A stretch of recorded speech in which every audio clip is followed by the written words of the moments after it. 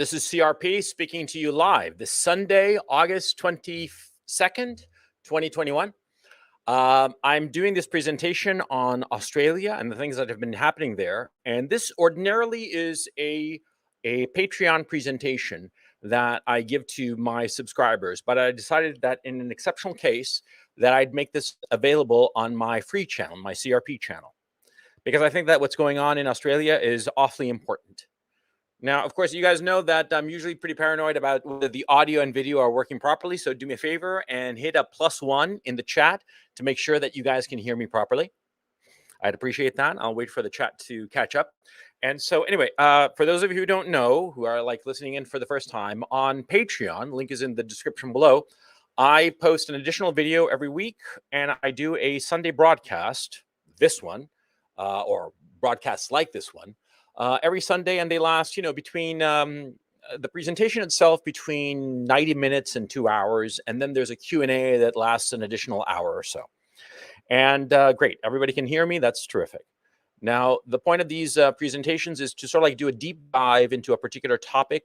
Sometimes it's something that I think is important, just, evergreen kind of long term, and sometimes it's a very specific topic, like today's topic, which is about Australia and the things that are going on as a response to this COVID-19 quote unquote pandemic. I have to make it clear before anything that I do believe that COVID-19 is a genuine malady. And I do believe that it has infected a large swath of people around the world. I do not believe that there is any conspiracy, some big conspiracy of people doing things, people in the government, people in corporations and whatnot. I don't believe in the Illuminati, quite frankly. I think rather that what we are experiencing is just a series of very bad decisions that have compounded on themselves. And these bad decisions have been made out of haste, out of panic, out of fear, out of stupidity. But my point is that, see, if you try to explain what has happened as a big conspiracy, you wind up going into insanity.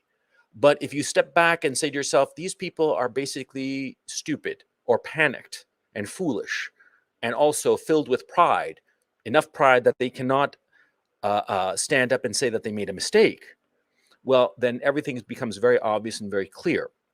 That at least has been my experience. And so I'm going to be giving this presentation based on the premise that the people who have been making these horrible decisions are not evil, and they are not the finger puppets of some higher shadowy power, but rather they are incompetents who have made incompetent decisions, have panicked, and have doubled down. And I hope that once you see my full presentation, you'll agree with me that what has happened is just foolishness. Simple as that. Okay? Okay. So let's get started. You guys don't need to see my ugly mug anymore. So, I'm just going to do the PowerPoint slides. For those of you who have never seen this kind of presentation that I do, what I do is just slides and I talk over them. And sometimes I show my face when I really want to emphasize something, and when I really want to just really scare you. Yeah, scare you the fuck away with my ugly mug. Yeah. But anyway, for the most part, you're not going to see me in the rest of this broadcast, but you're going to hear me. And here is my presentation. Australia Hysteria. Now, the first thing, oops, my mistake. Somebody says that they're out, that I'm way wrong. Oh, that's perfectly fine. You won't be missed. Here's the first slide, the first of 3 slides. Okay, so the first thing that we have to start with is, what is a democracy? People talk about democracy all the time, but they don't bother to define it, and they use it as some sort of totemic magical word to explain the political reality that we're involved in. No, a democracy is very simply a consent of the governed. The people consent to the rulers, and they in fact choose the rulers. The people, the government rather, is ruled by the people themselves. The leaders of our various republics are our representatives, and we lend them the power of the people for them to carry out decisions and actions to our collective benefit. That's the point of democracy. A government of the people, by the people, for the people. It's a very simple slogan, and it's very accurate. That's the point of it. But what we have seen as of late is that the people that we have chosen to be our leaders have become divorced from the people. They've lost touch with the people. And also, for various reasons that are too complicated to get into this presentation, they have, how can I put it? The people that we have elected to positions of power are incompetent. They are very capable in rising through the system that we have created to choose leaders. They're very capable in doing that task, but in the task of actually leading, they're incompetent. For the most part, they're fucking morons. Some of them are not morons at all. Some of them are pretty smart, but they also lack another key component apart from brains, which is backbone. Most of them don't have the backbone to stand up for what is difficult but necessary. And so that's the kind of leaders that we have. Now, we have to look at Australia. And why am I looking at Australia? Because Australia seems to me is both the bleeding edge for the rest of the Western democracies and a microcosm for all that has occurred and will occur. Okay? Insofar as this COVID-19 vaccine, nobody's paying attention to where it came from. Nobody's paying attention as to whether, when this disease originally appeared, there might have been some psyop going on. Because, as you might recall, some of you at any rate will certainly recall, when this disease first appeared, I personally lost my head. I was in full-fledged panic. I thought that this shit was like airborne Ebola, and I was scared shitless, and I said so. And I made a bunch of predictions and a lot of extrapolations from the then available data that are laughably incorrect. I mean, so much so that I deleted a lot of those videos because it's just too embarrassing at this point. I'm not afraid of admitting that I was completely wrong. But with more data, I changed my mind. By June, July, I realized that this was no more deadly than a bad seasonal flu. There had been other previous flus in the 1960s, 1968 Hong Kong flu, and I believe there was another one in 1957, I might believe, that was also called the Hong Kong flu. I've forgotten, and it's not particularly important. The point is that, see, those previous bad flu seasons had caused actually fewer deaths than COVID-19, or equivalent amounts of deaths as COVID-19, and nobody thought to freak out about them. Mm? But anyway, we did freak out. We shut down the whole, the whole world, basically. And Australia, in many ways, became a microcosm, and it's sort of like the bleeding edge because the authorities in Australia felt that they had to be as aggressive as possible. And they implemented a series of policies that I will argue were ultimately absurd. But first, let me explain what those policies were so that we're all on the same page. Now, as you can see on screen, the first one was a hard lockdown. Now, these are policies that are currently in place. Okay. And by the way, do recall that Australia, the seasons in the Southern Hemisphere are reversed, and Australia right now is in the midst of winter, which is traditionally flu season. And so what we are seeing now in Australia will likely hit us in the Northern Hemisphere come November, December, January. Okay. So there's a hard lockdown. You can't go more than 5 kilometers from your home, and only for essentials, food and medical services. There is a curfew between 9 p.m. and 5 a.m. That is, you cannot be outside between those 2 hours, which prima facie is absurd. I mean, it's not as if the disease, looks at its watch and says, oh my goodness, it's 9 p.m. It's time to go out there and really infect people. No, it doesn't work that way. Hmm? Each person can only go outside 1 hour per day, presumably for exercise. And this is strictly enforced, by the way, enforced by fines. And I'll get to those in a second. But the fines are outrageous, and they are enforced. And there are people patrolling, military patrolling the various suburbs and whatnot, places of residence of the people, making sure that they spend not more than 1 hour outside. Now, how exactly they control them, I don't know. Somebody from Australia is going to have to explain this to me, because how the hell do you figure out that each person is outside for exactly 1 hour or less per day? Huh? Anyway, you have to register who you are living with in order to basically follow up who is who and who is where. There is a mask mandate in all situations. You have to wear the mask all the time. There are so-called health hotels. This is the official term for them, for those who are infected with COVID. People who are infected can be taken to these health hotels and quarantined. Even though, and this is a key issue, it has been shown that what has been used to test people, the famous PCR test, gives so many false positive results that it is effectively useless. In fact, the CDC, the American Center for Disease Control, quietly canceled the use of PCR test exactly because it was so completely useless. It was used initially as a stopgap measure when there was no other readily available quick testing method, but it has been proven to be so outrageously imprecise that it's, for all intents and purposes, useless. Now, the military has been deployed to enforce the lockdown. They don't call it martial law, but it is essentially martial law. The military is out on the streets, and the police and or the military can enter your home without a warrant, and they can arrest people without due process, just on the suspicion of a crime. Think about that. That's Soviet totalitarian NKVD KGB shit, and that's what they're doing. There are concentration camps for the sick that are being built right now, and notice these concentration camps. And get the name of these fucking places: the National Resilience Centers. I mean, have you ever heard of anything more Orwell-esque? The National Resilience Centers. I mean, they might as well, put like a sign outside, like work will make us free or some shit like that. And if you don't know what work it will make us free means, look it up. It's outrageous. These are concentration camps. That's what they are. Okay? Because remember, a concentration camp is not a death camp. That's different. Concentration camp means literally a camp where you concentrate a specific group of people.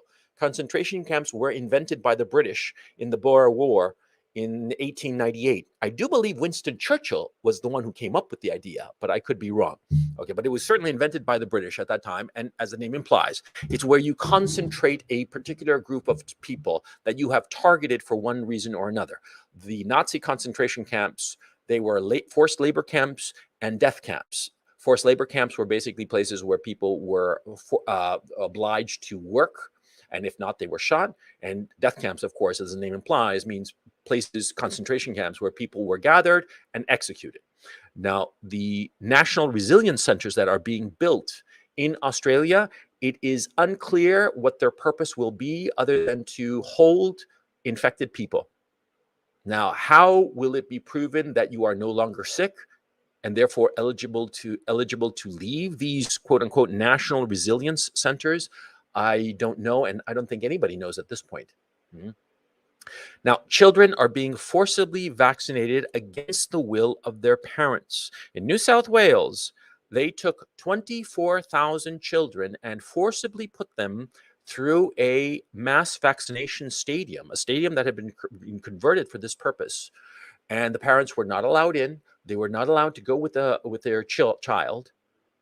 And all children were obliged to do this. This is forcible vaccination. Pro-abortion people constantly talk about my body, my choice. Okay, motherfucker. What do you say now? Because this is not my body, my choice. It's you are being compelled. Your children are being compelled to take these vaccines. Okay? And there have been already several deaths because of the vaccines, at least 3 that are known of at this time.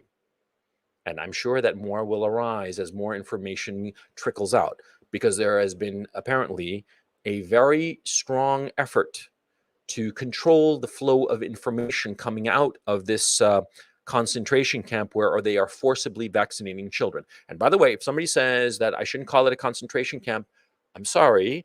That is the definition of a concentration camp, a place where people are forcibly held against their will for a designated purpose. And that's what's going on with these children. Don't pretend otherwise. Now, if anybody breaks these rules, they are subject to absurd fines that range from the minimum of 1,000 Australian dollars to 5,000 Australian dollars and more. And depending on the number of times that the authorities can arbitrarily decide that you have infringed on their rules, the upper limit is infinite. I mean, you could be, given an infinite number of what you would call it, of fines for breaking these inane rules, such as not wearing a mask while you're in your car alone, such as spending more than 1 hour outside, such as being outside past 9 p.m. or before 5 a.m. You see? And there is no way that you can argue with these fines. They are imposed, and your right to habeas corpus, insofar as the fines are concerned, has been suspended. Okay? Okay. Now, lockdown protesters are repressed without mercy. And how do I know this? Well, I saw the video of yesterday's protests. In Australia, nationwide, there were a whole series of protests in all the major cities and a lot of the minor ones too. And people very much opposed to these lockdown measures. Oh, and I forgot to put on this list that you can't cross the border between states. You have to stay within your own state. You can't cross the border. And one of the protests were people deliberately crossing the borders, and the police, went apeshit over something that fucking trivial. I mean, it is one fucking country now, isn't it? But anyway, they went fucking apeshit, and yeah, the lockdown protesters were repressed, and we saw it on TV. Okay, well, not on TV, of course, because the mainstream media lies. The lying press, never forget that. We saw it in a lot of TikTok videos, YouTube videos, Telegram videos. All this shit is coming out, and it's real. It's not made up. It's not like Stanley Kubrick directed this shit. It's for real. Okay? Now, the other thing that's going on is that lockdown protest organizers are being imprisoned. Just a couple of days ago, one of them was sentenced for helping. He wasn't even the leader of it. He was helping to organize these protests. He was sentenced to 8 months in prison for organizing a peaceful protest. I mean, motherfucker, is this insane or what? Huh? Yeah, I mean, I'm just, yeah. And by the way, periodically, I get all paranoid because I don't get any feedback from you guys. So I'm not sure if you guys can actually hear me or not. So guys who are on Patreon, hit me with a +2. Guys on my free channel, hit me with a +1. That way I'm sure that the audio video is working properly, and I'm not talking into just thin air. I'd appreciate it. So anyway, as I wait for chat to catch up, see, I'm like all kinds of freaked out about this, as any thinking person should. Okay? Because these measures go right in the face of any kind of democratic process. Thanks, guys. I appreciate it. This is all kinds of nuts. This is fucking wrong. It flies in the face of everything that a democracy should stand for. There has been no debate, no discussion about these measures. These measures have been imposed by administrative fiat, by diktat. They've just been peremptory orders that that everybody in Australia, rather, has to abide by. And if they don't, they get fined, and they can't appeal the fine. And if they want to protest this and express their discontent, they are repressed. And if they try to organize demonstrations, they are imprisoned. This shit happened in the Soviet Union. And motherfucker, I know what I'm talking about because I went to an Ivy League school, and this is the subject I actually fucking studied. And I actually paid attention to the fucking thing, okay? So I know what I'm talking about, motherfucker. This shit is totalitarian. And let me just put my fucking mug up there so you motherfuckers can see me. This shit is totalitarian. This is no different from what was going on in the Soviet Union, in Czechoslovakia in 1968, in Hungary in 1956, in Poland in 1979. This repression, this totalitarianism is absolutely the same as the kind of totalitarianism that was going on in the Eastern Bloc and the countries of the Warsaw Pact. This is unconscionable. It flies in the face of every principle of democracy. This is happening now in Australia.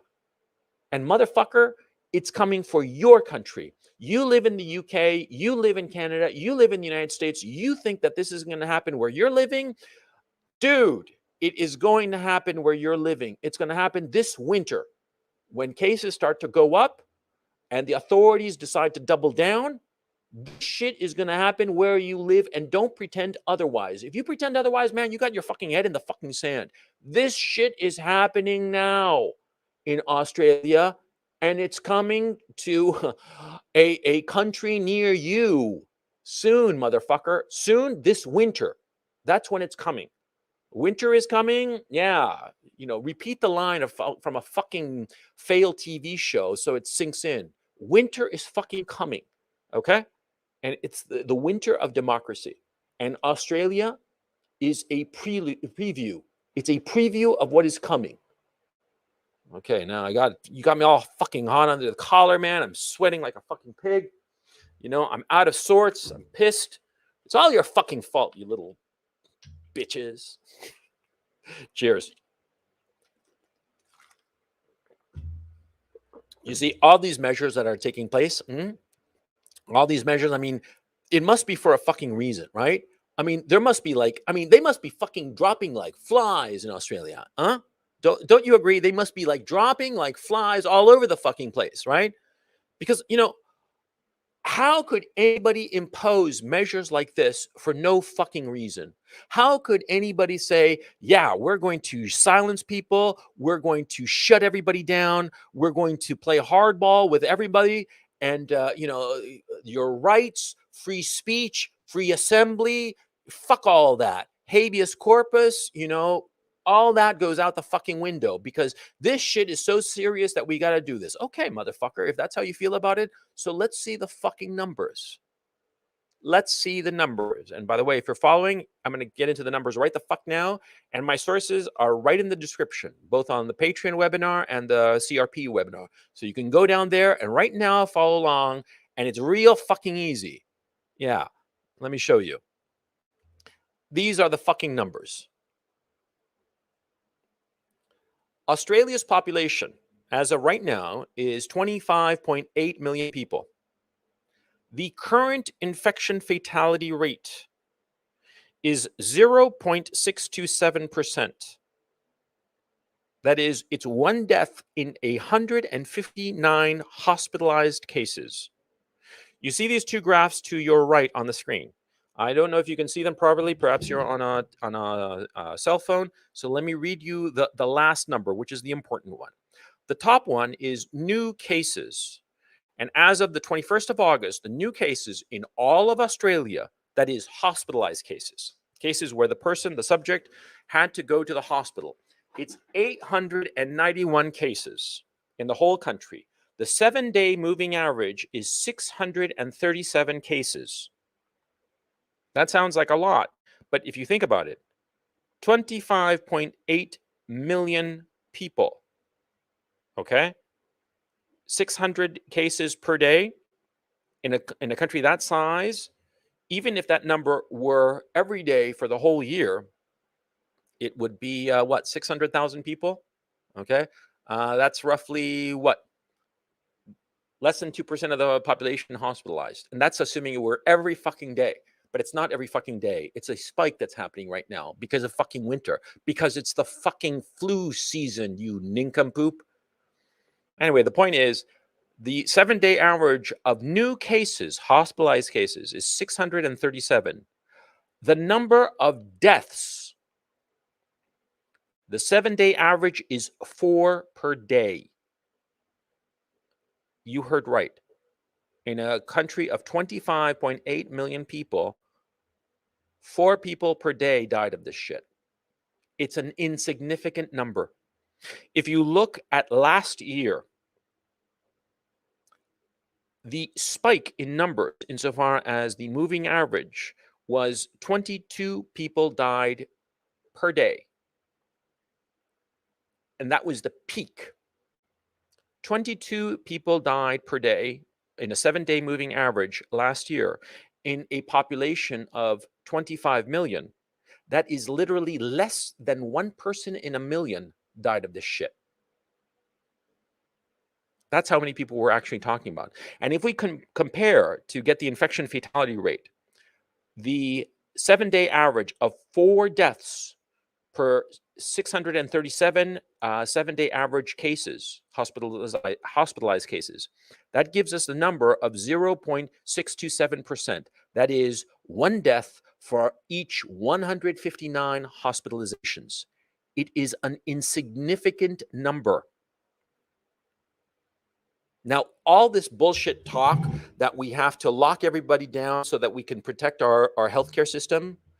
How many ICU beds exist in Australia right the fuck now? Right now, there are 2,400 intensive care unit beds.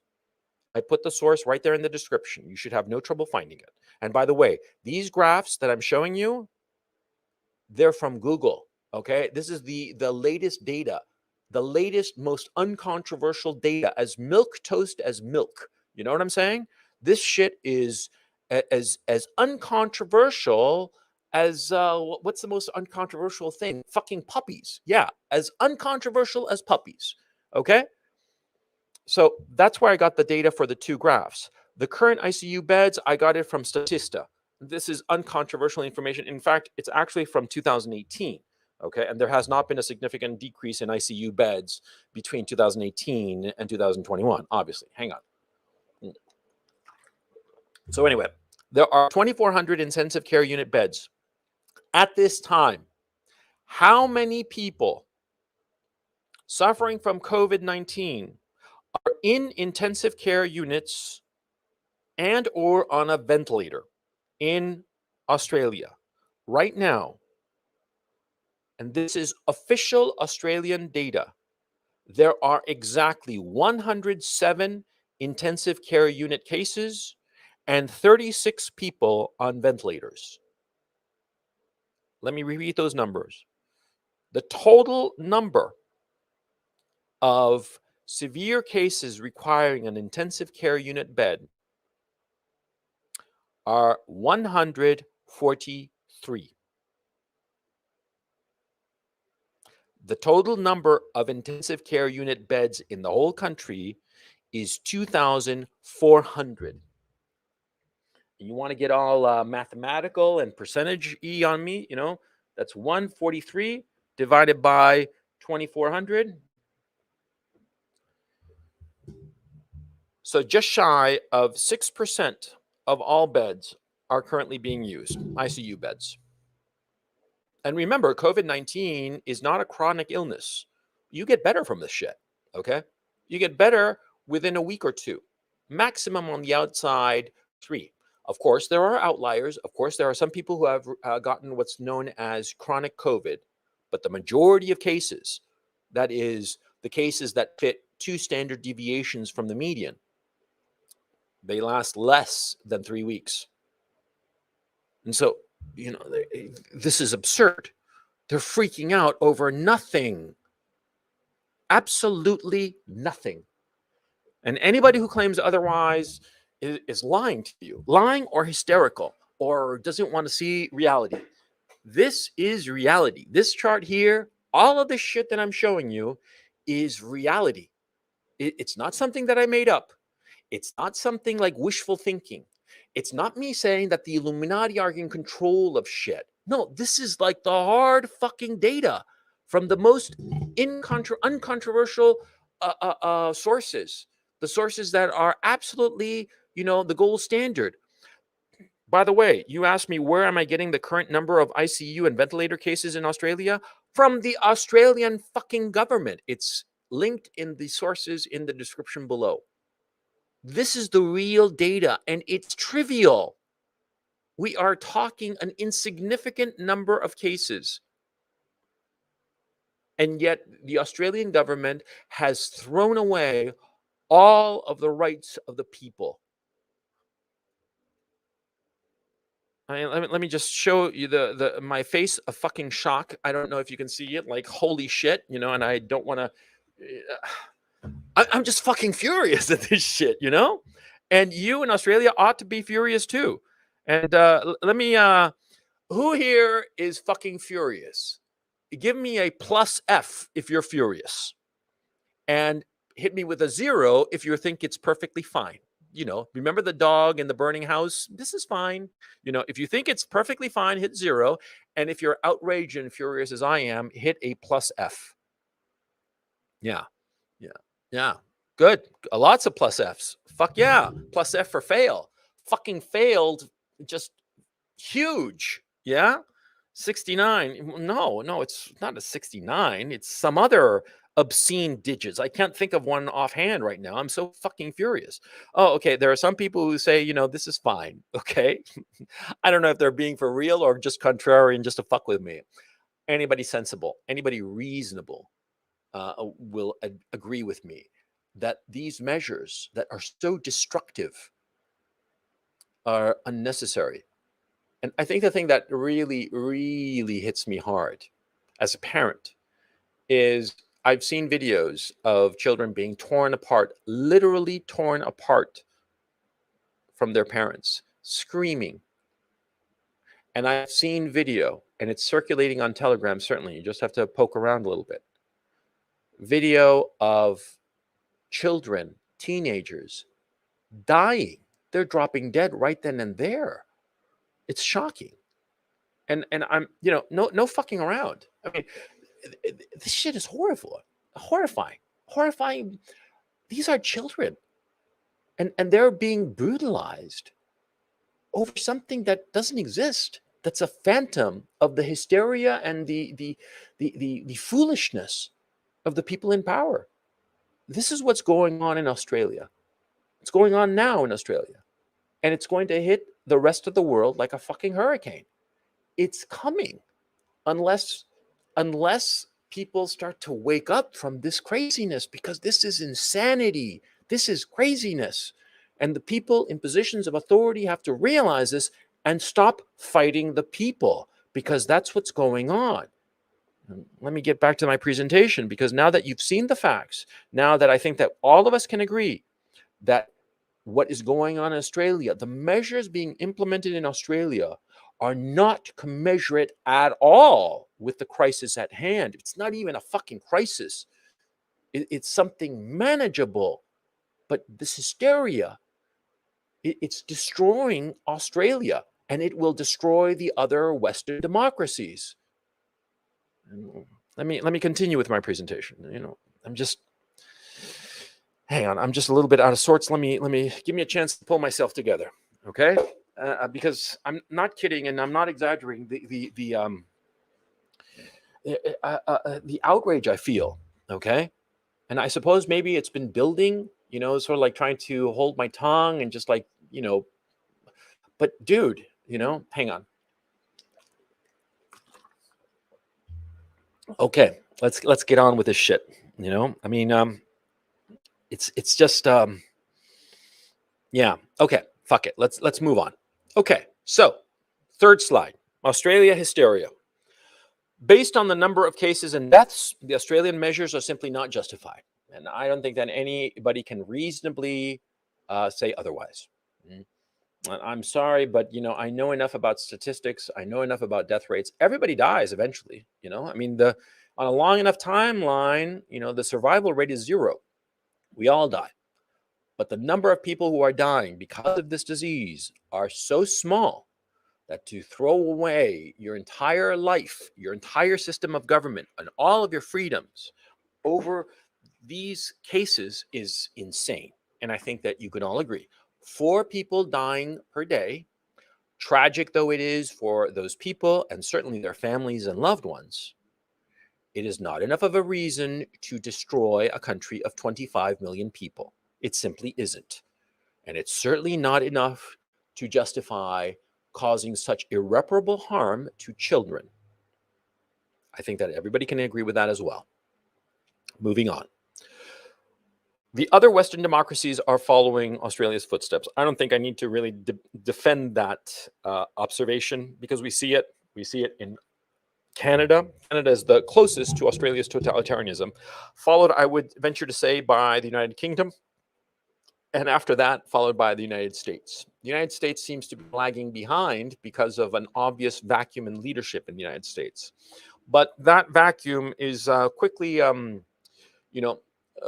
quickly catching up, because what has happened, of course, is that during the Donald Trump presidency, Trump decided to allow each state to carry out its own COVID policies. sort of like in a sense, like to see, allow competition to see which would be the most effective. And so various states carried out various policies, some of them radically different from one another, and without any kind of centralized federal control. But it seems that the Biden administration wants to impose federalized control. And Joe Biden himself has said recently that he plans on having his Justice Department fight the governors for removing the mask mandate and other such measures. And by the way, I've never understood the mask mandate. Okay. Do you know what the mask is? The mask doesn't stop viruses. And you know how you can think of it? It's like, you have a garden and you decide to build a little chain link fence of about, chest high, you know, all around your little garden, and you're building it with the idea that you're going to stop mosquitoes with that chain link fence. Mhm. I mean, imagine if you were to think that. Everybody would say you're insane, because it is insane. And that's exactly what the mask is. The mask does not stop any fucking virus. Okay, it might stop bacteria, sure. It might stop a bacteria immediately, like a chain link fence would stop a dog. But will a chain link fence stop a mosquito? Certainly not. And we're dealing with a mosquito, not a dog. But the mask mandate, man, and Biden wants to make it federal and make other measures federal mandates insofar as healthcare, in order to centralize the response to COVID. Well, that's where the other democracies are at right now. They are all following Australia's footsteps. Now, how will this hysteria come to an end? Because I think that you can all agree with me that this is hysterical. This is a hysterical response from the Western leaders. Okay. How will this hysteria end? I think it's going to end badly. And let me tell you why. The Western governments have fallen into the martingale trap. Okay. Now, the martingale betting strategy is a betting strategy that seems really good until you start looking at it a little more carefully. And it's very simple. Suppose you're playing a gambling game, a game involving a coin toss, okay?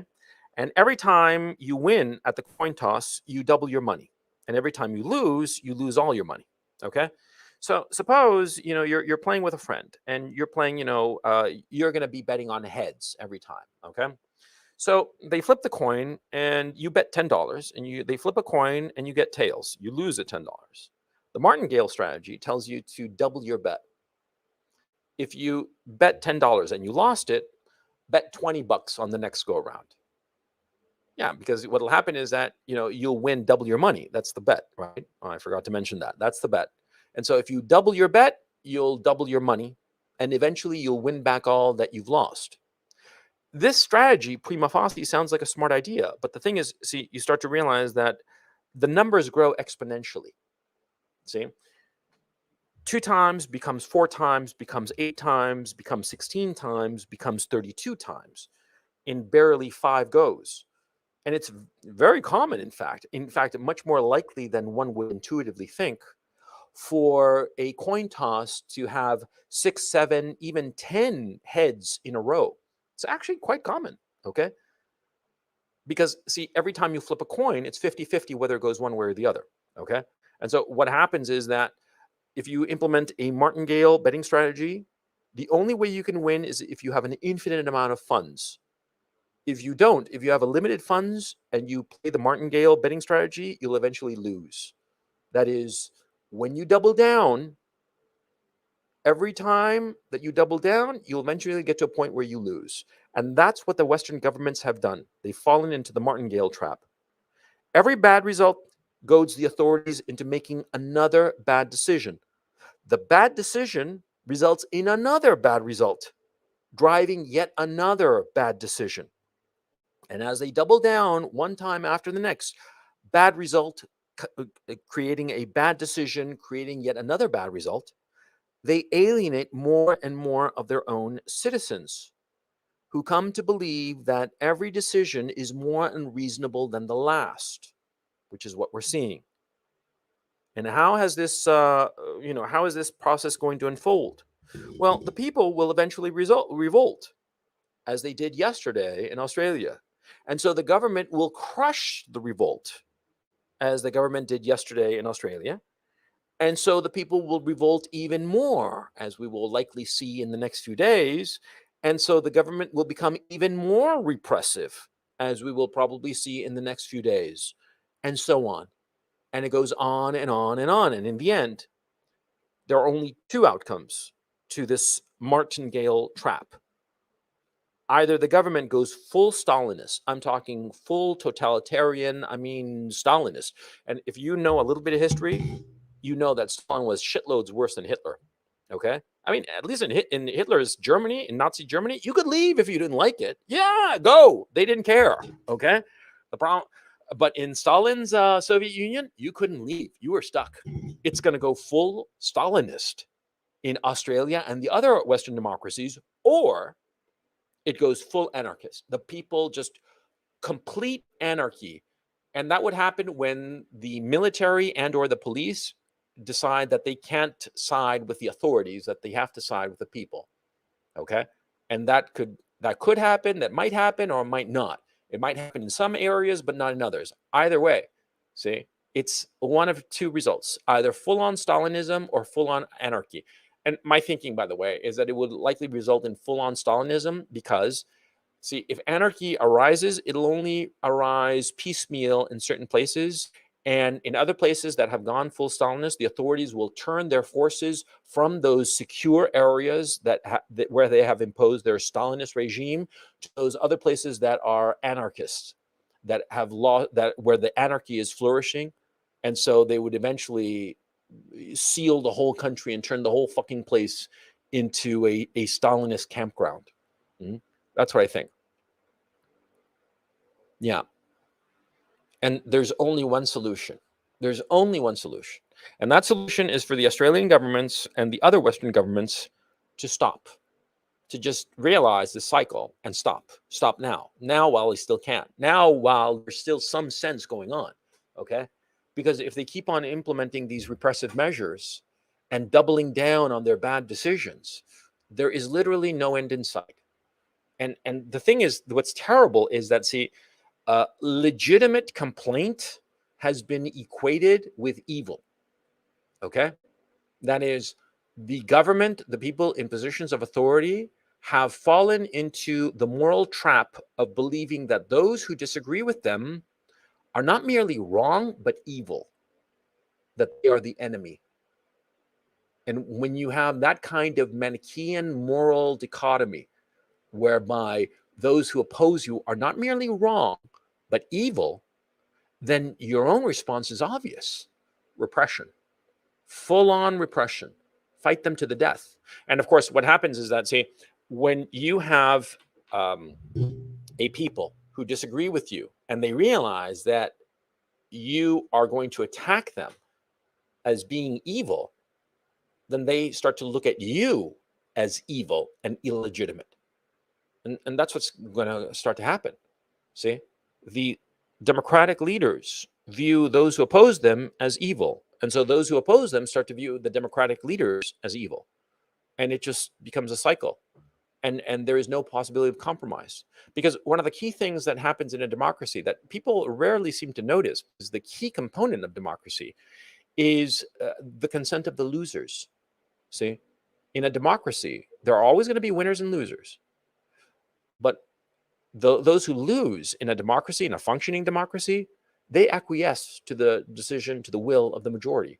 And they say, okay, fine, the majority wants this. I'll go along with it. I don't agree with it. I voted for the other guy, but I'll go along with it. And that's a key component of a democracy. But what happens, of course, is that winners have to realize that the losers are granting consent and are not going to fight the result of the election, that they are acquiescing, that the losers are giving their consent. But the winners, or the people in position of power, are not respecting that. And so that's why we're going to have this situation that's just going to spiral out of control. And I think that the only way to stop this is for the government to stop and just wake up and realize, no, this is wrong and we shouldn't do it. That's what I think that they should do. I think that they will do it. No, I think that we're past that. At some point, we passed a point of no return. And I think that this repressive cycle that we are seeing in Australia, it's going to get worse in Australia. Okay. Those of you of my followers who are listening to me now and who are in Australia, I do believe it's going to get shitloads worse. Mhm. Precisely because a lot of people, enough people, agreed with the demonstrations, and so the government is going to double down on its repressive measures. And you know that I have no idea who that fucking nincompoop was who said, we're going to. It was really serious in New South Wales, saying, "Oh, we're going to have to go with a really hard lockdown this time." What the fuck more are you talking about, huh? I mean, this is insane. Mhm. And so, yeah, I mean, anyway, uh, let me get some feedback from you, you guys. Okay. Um, I again, I get so I get so worked up on this shit. That's my fucking problem. That's why I'm a shitty debater. See, I get all wrapped up and really fucking angry about this shit, and I lose my fucking cool. And my IQ points leaking out of my fucking ears when I get this upset because it's so fucking obvious, right? But these dumb cocksuckers in positions of power, they're not going to do fucking shit. No, because the system, the structure that we have created to find and choose leaders has it has been built to elevate people who are incredibly compliant, incredibly selfish, and incredibly short-sighted. And for various reasons, which again, I don't want to go into it because it would be another fucking hour talking about this shit, right? But and I've talked about it in other videos and other webinars, right? But what's going on is that these fucking cocksuckers, mhm, they are picked because they are compliant, because they are willing to jump through every hoop, arbitrary hoop that is created by the educational establishment, and they get all the accreditation without nary a peep because they are people without curiosity. They just know about complying. They comply and get the accreditation. And the capable people don't get the accreditation because they're capable enough to see through it and explore different avenues and fuck up and do different things. And so those capable people are pushed aside. And the people that remain on track for the leadership positions at the very top, who are they? The people who comply and the people who never take any chances. See, capable people, people who are really talented and smart, they take chances. They stick out. That's why you notice them, because they stick out. They don't do what's expected. And sometimes they do something extraordinary, and sometimes they make a big old fucking mess as they are developing and growing. But our system penalizes young people who stick their necks out, who try. It penalizes them. It excludes them from the ladder to the top.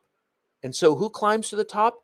The bootlickers, the compliant ones, the moral weaklings who just go along with what their teachers tell them, but have no moral imagination and no backbone.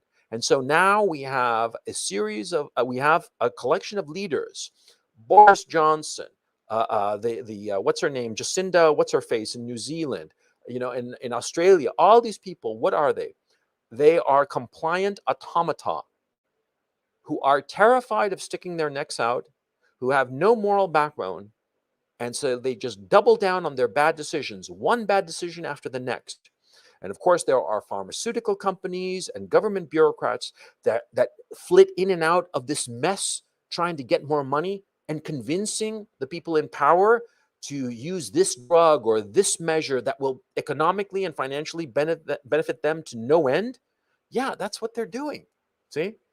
And it's not the Illuminati. It's not all kinds of bullshit of conspiracy. It's not any religious group. It's not any, like the Masons or whatever the fuck. No, it's just stupidity and greed. That's all. See, Occam's razor. Okay. And remember what Hitchens always said, Christopher Hitchens, whom I kind of think was a fucking failure and a fucking idiot. On this, he was right. He said, extraordinary claims require extraordinary proof. You tell me that the Illuminati are behind it all, I'll believe you if you show me real solid proof. If not, fuck off. I'll go with Occam's razor, the simplest explanation. And the simplest explanation is that these guys are fucking morons. They're fucking morons and have no backbone. because they all want to appear that they're doing something. They all want to appear, they want to show their leadership, and they're showing their leadership. See, sometimes being a leader means not doing anything. Sometimes being a true leader means just stepping aside and saying, look, this shit is going to flow through us. And there are going to be some people who are going to die, and we have to comfort them and take care of them. But as a practical matter, there's nothing to be done. That's what the leadership should say. And of course, they're not going to do it because you need balls to say that. See? But that's the truth. There is nothing to be done about this shit. In New Zealand, this imbecile, Jacinda, what's her name, thinks that you can have a whole fucking country that's COVID-free. There was one fucking case last week, and she shut down the whole fucking country. The whole fucking thing. It's crazy. It's completely insane. And yet, nobody said fucking shit. Nobody in positions of leadership anywhere, not in the media, not in the mainstream media, not in the political class, not in the medical establishment. Nobody said that what she was doing was insane. This notion that you can have an entire country free of some virus like this. No. Once it's out of the test tube that it was created in, because it's obviously a lab leak, but once the shit got out, it's going to go everywhere, and there's nothing to be done. You just have to deal with the consequences, comfort the sick, and soothe the family members of those who perish, and just move on. But no, they wanted to show that they were doing something, and some other fucking evil motherfuckers decided that they could make a shit ton of money pushing drugs that are clearly ineffective. Drugs, medications, and I'm not going to mention names, but medications that neither prevent you from getting this or stop the spread of it or ameliorate the symptoms or improve your chances of survival. Medicines that essentially are worthless.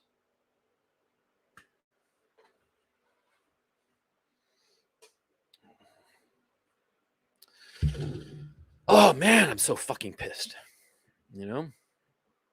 Oh man. Okay, I'm gonna take some questions from my Patreon guys. Guys on Patreon, right? You guys are there. I'm posting right now the link for you guys to hop on and ask me questions. Okay. And you guys who are watching me on the free CRP channel, you're just gonna have to be like good little cucks and watch while my Patreon subscribers get to talk to me, and you just masturbate in a corner, please. What can I say, man? I mean, the metaphor popped up, and when you got a good metaphor, fucking use it. You know what I'm saying, motherfucker? Okay, so I'm waiting for people from Patreon to hop on. Oh, there we go. A couple of people. Yeah, and yeah, let me see here. Serene, your thing isn't connected. It says device not connected. Chris O. Okay, let's have Chris O on. Yeah. Wait, let me see here. Okay, I know that this is stupid. Do me a favor, both streams on CRP and Patreon. Patreon, hit me with a +2 if you can hear and see me properly, and CRP channel, hit me with a +1 if you can hear and see me properly. I'd appreciate it very much. Thank you. Chris O, I'm pulling you in. And hey, Chris, how's it going, man? Good to see you. Well, I gotta say, your presentation is quite disheartening. I aim to please. I'm sorry. Yeah, I know. It's pretty fucking depressing, but well, you got to look at reality. That's the thing. See, a lot of times we wish reality to be pleasant and happy, but you got to look at reality as it actually is, and no matter how ugly it might happen to be. And right now, the reality that is going on in Australia, and which I believe will soon be in evidence in the rest of the Western democracies, well, you got to look it in the face and ask yourself how you're going to deal with this shit. So anyway, what's on your mind, my man? Just one quick question this time. Taking all this as given, yeah, and knowing that democratic system is actually a minority in the global politics. Most countries are not democratic, even though they pretend to. Yeah. How will this phenomenon influence the perception of the democratic system in these countries, and how will this influence in the democratic system in the future? That's a good question. I think that this has really red-pilled a lot of people outside of the Western democracies as to what the democracies actually are, which is a load of bullshit. But a lot of them already suspected that. Okay. The real impact is in the Western democracies themselves, especially if, as I do believe, that the effects of the medications that have been pushed on the populace turn out to be as negative as they currently seem to appear to be. Okay. The normies in the Western democracies are really, see, a democracy to really work, you have to have the consent of the government. You have to have the belief of the people that the system basically works. And if enough of the people realize that the system is completely broken, not merely corrupt, not merely in need of a cleanup, but just broken, then all bets are off. Countries that are not democratic at this time, they're unlikely to go democratic, most certainly. But it's the democracies that we have that exist today, they're the ones where people might say, you know, fuck it, let's go authoritarian. Let's get ourselves a good little dictator. And that dictator might be a right winger or it might be a left winger. And to tell you the truth, the way things are going in the United States right now, if you tell me that in 5-10 years, because of this whole shit show, the United States winds up having a de facto left-wing dictator like AOC or some shit like that, frightening and as that might sound, but I'd say, yeah, I'm not surprised. I think that if I had to bet, I think a lot of these countries will go left-wing before they go right-wing totalitarian. Yeah. Thank you, Coach. No problem. Anything else on your mind, my man? Lots, but there are many people, so No, it's perfectly fine. I mean, you're always like a thoughtful commentator, so I'll give you a freebie. Go ahead. I mean, another simple question is, cui bono? I mean, who benefits from it all? And you mentioned. Well, that's the point. That's the point. Yeah, I know. Cui bono is for those of you who don't know is a Latin phrase meaning who benefits. Okay, and here's the thing: there are a lot of different little factions that are benefiting. They're making a lot of money, but the overall society is being irrevocably injured. Okay, and that's the problem. And this is a problem of factionalism that was written about in the Federalist Papers. I mean, this isn't a new problem. When you have a country that is broken up into factions, into little identity groups, into little lobbying groups and lobbying efforts, factions, little groups that battle one another for supremacy, what happens is that the benefit of one or another of these little groups, well, they will pursue it even if it means that the group as a whole, the nation as a whole, is severely injured. And for instance, let's talk about pharmaceutical companies. I suspect, though I cannot prove, and I'm not saying this as a fact, but I suspect that the dangers of certain medications and certain products that are being pushed are probably very well known, but they're pushing them anyway because they see the monetary benefit for the company and for the executives themselves, insofar as bonuses are concerned, would be so great that they are willing to push this, even though those negative side effects might be so severe that they will injure the entire country. You see? So it's not that somebody is benefiting like one group, like one Illuminati or something like that. No, it's a bunch of different groups.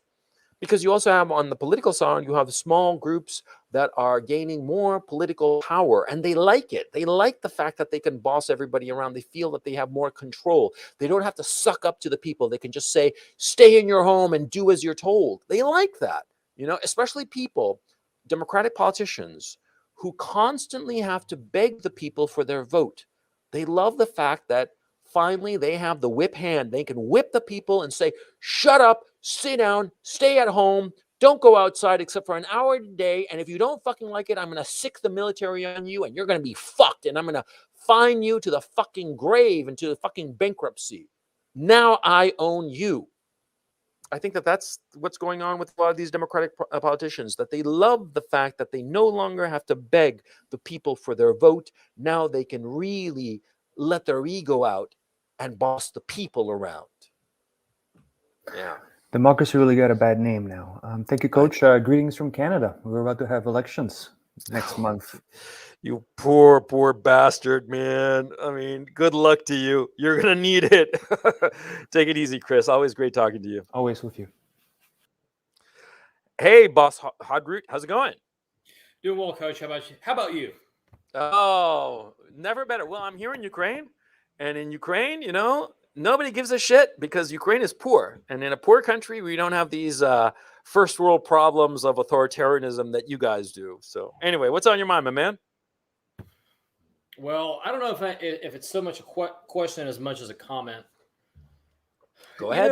I'm looking at I'm looking at the situation overall, and I'm trying so hard to broach this in a fashion that's not going to come back on anybody. But you look at it like this. All right, we just lost a war with a group of people. I'm We sorry. lost a war with a group of people, and Yeah. I was in the military and everything. That they were barely literate, they were barely armed, they were essentially self sustaining. They were getting, basically when you think of a common counterinsurgency operation.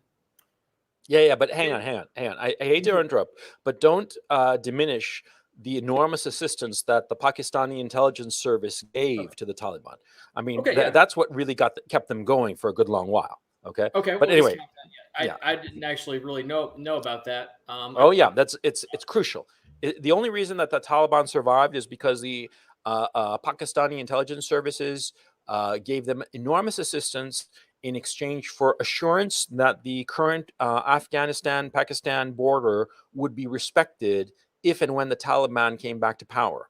Because you do have to understand that that border between Afghanistan and Pakistan crosses right through the Pashtuns, the Pashtun ethnic group, and which is very large. It's on both sides of that border. And the Pakistanis wanted to be able to not have to militarize that border to protect it. And that's what they got for supporting the Taliban, assurances that that border would be respected. And the Taliban, because they are Muslim, they have no problem living up to that agreement with the Pakistanis. Yeah, I'm just telling you this, as some background so that you know. No, Look at it's I really did not interesting. realize that. What I'm getting at is, okay, this force that as it stands right now, it's like, what chance do they have against an invasion or a counterinsurgency anywhere, to include maybe right down the road from them? Wink, wink, Okay, nudge. I'm not clear about your question, your statement. What do you mean by that? They Try to could give it to me in a bullet point. they couldn't fight a war in their own country. Yeah, but they kicked out the United States. Well, no, look, the United States had to leave because there was nothing to be won.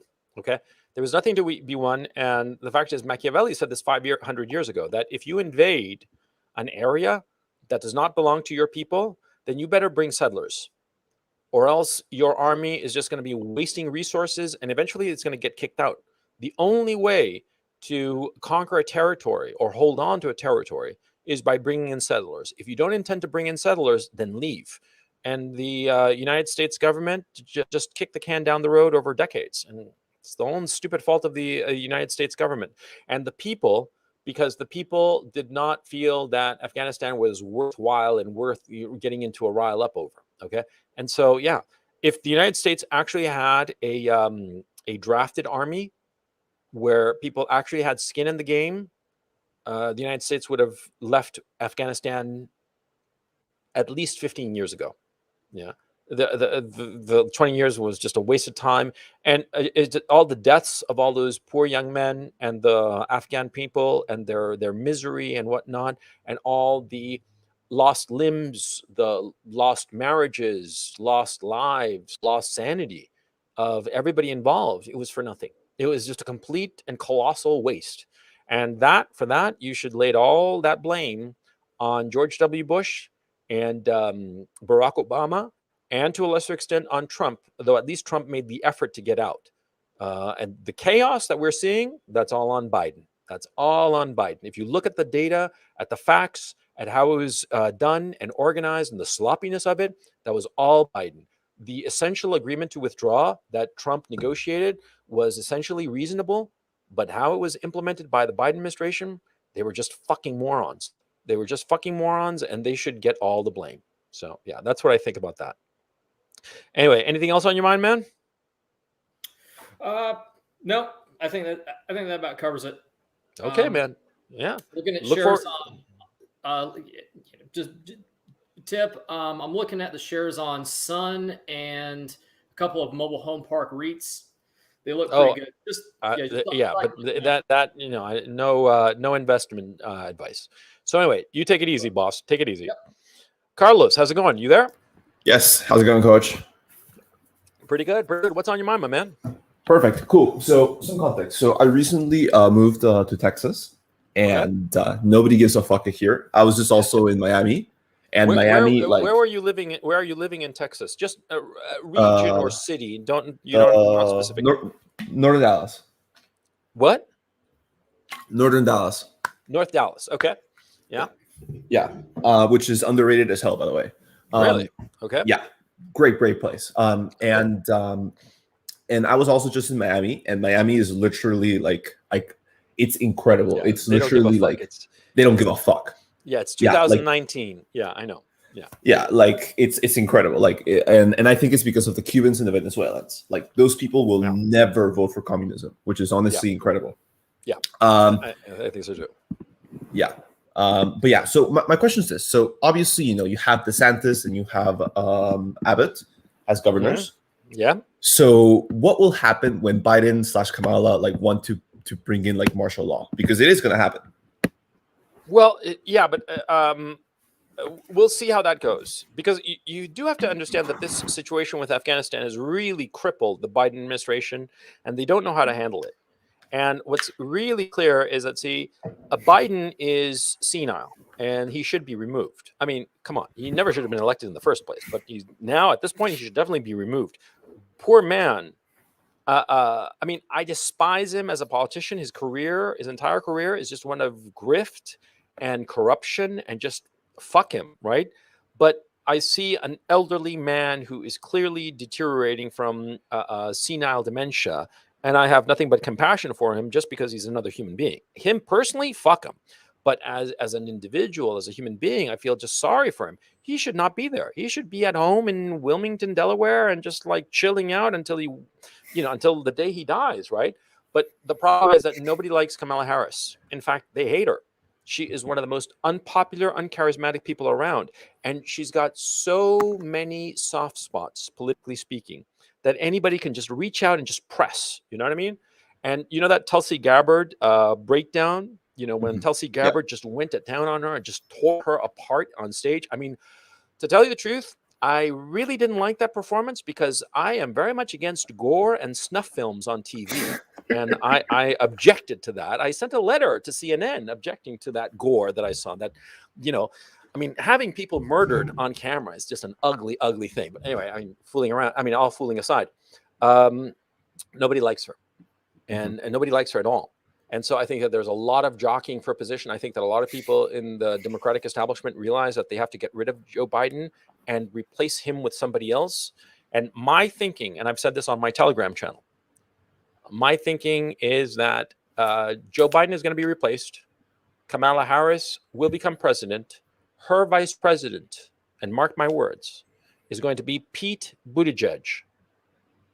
And it will be Pete Buttigieg who runs as the Democratic nominee for president in 2024.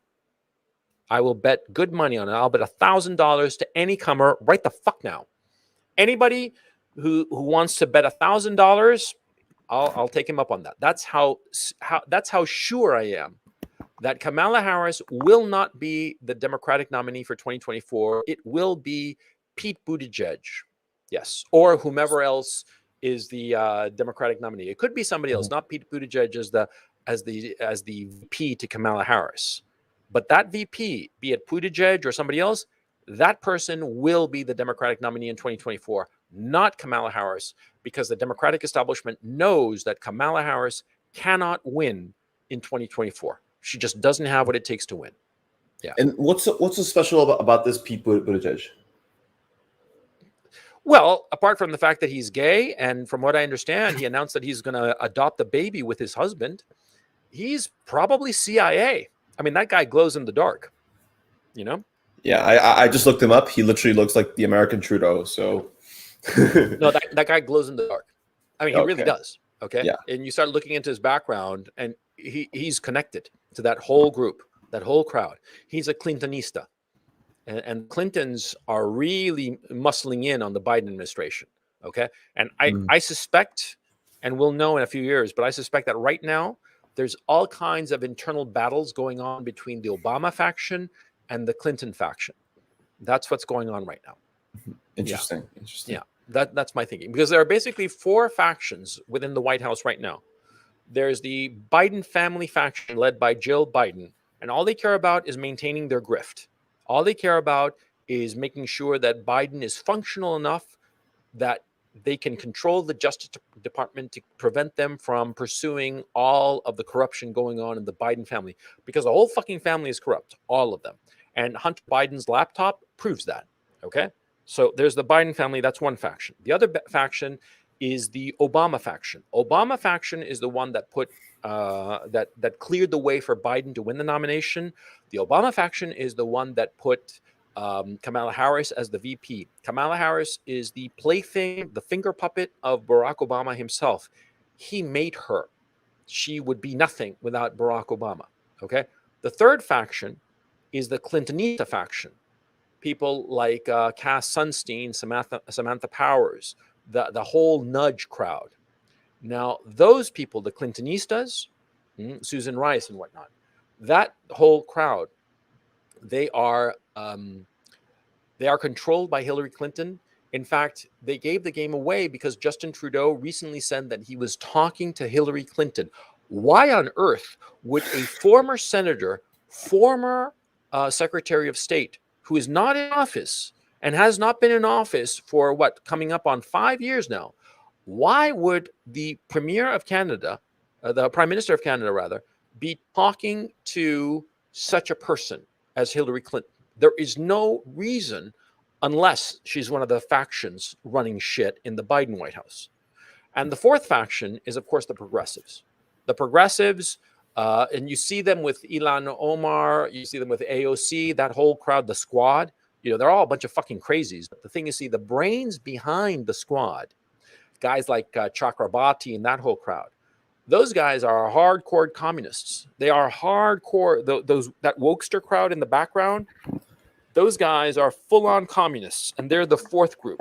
And they sort of like jump between the Clinton group, the Clinton faction, and the Obama faction, giving them support, as the case may be, in order to get ahead with their positions. But they are basically the Bolsheviks.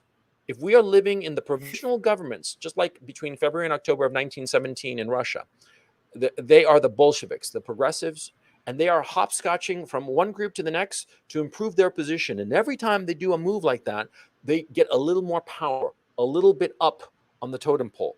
And they have the ultimate aim of taking over the whole fucking thing and implementing full-on totalitarianism. And it's not going to be called communism. It's going to be called like some equity culture or some bullshit like that. But it's basically a cultural revolution, a Maoist regime of some sort. I'm not kidding. You guys think that I'm talking out of my ass, but just look at what they do, not at what they say, at what they do. And you can see these factions. These are the different factions in the White House right now. Yeah. Oh, that's crazy. And then there's also one more thing about inflation. Yeah. Yeah. We're fucked. Okay. I'm just gonna tell you this. Yeah. That's why I can so easily bet $1,000, man, because by the time I have to pay up, $1,000 won't buy you a cup of coffee. So I'm down with $1,000 by 2024, man. It's gonna be worth nothing. Coach. Yeah. I'm just gonna tell you this, okay? Yeah. I work in big tech. I signed my offer back in December. Yeah. Thinking my salary was like amazing. My salary is not worth shit now.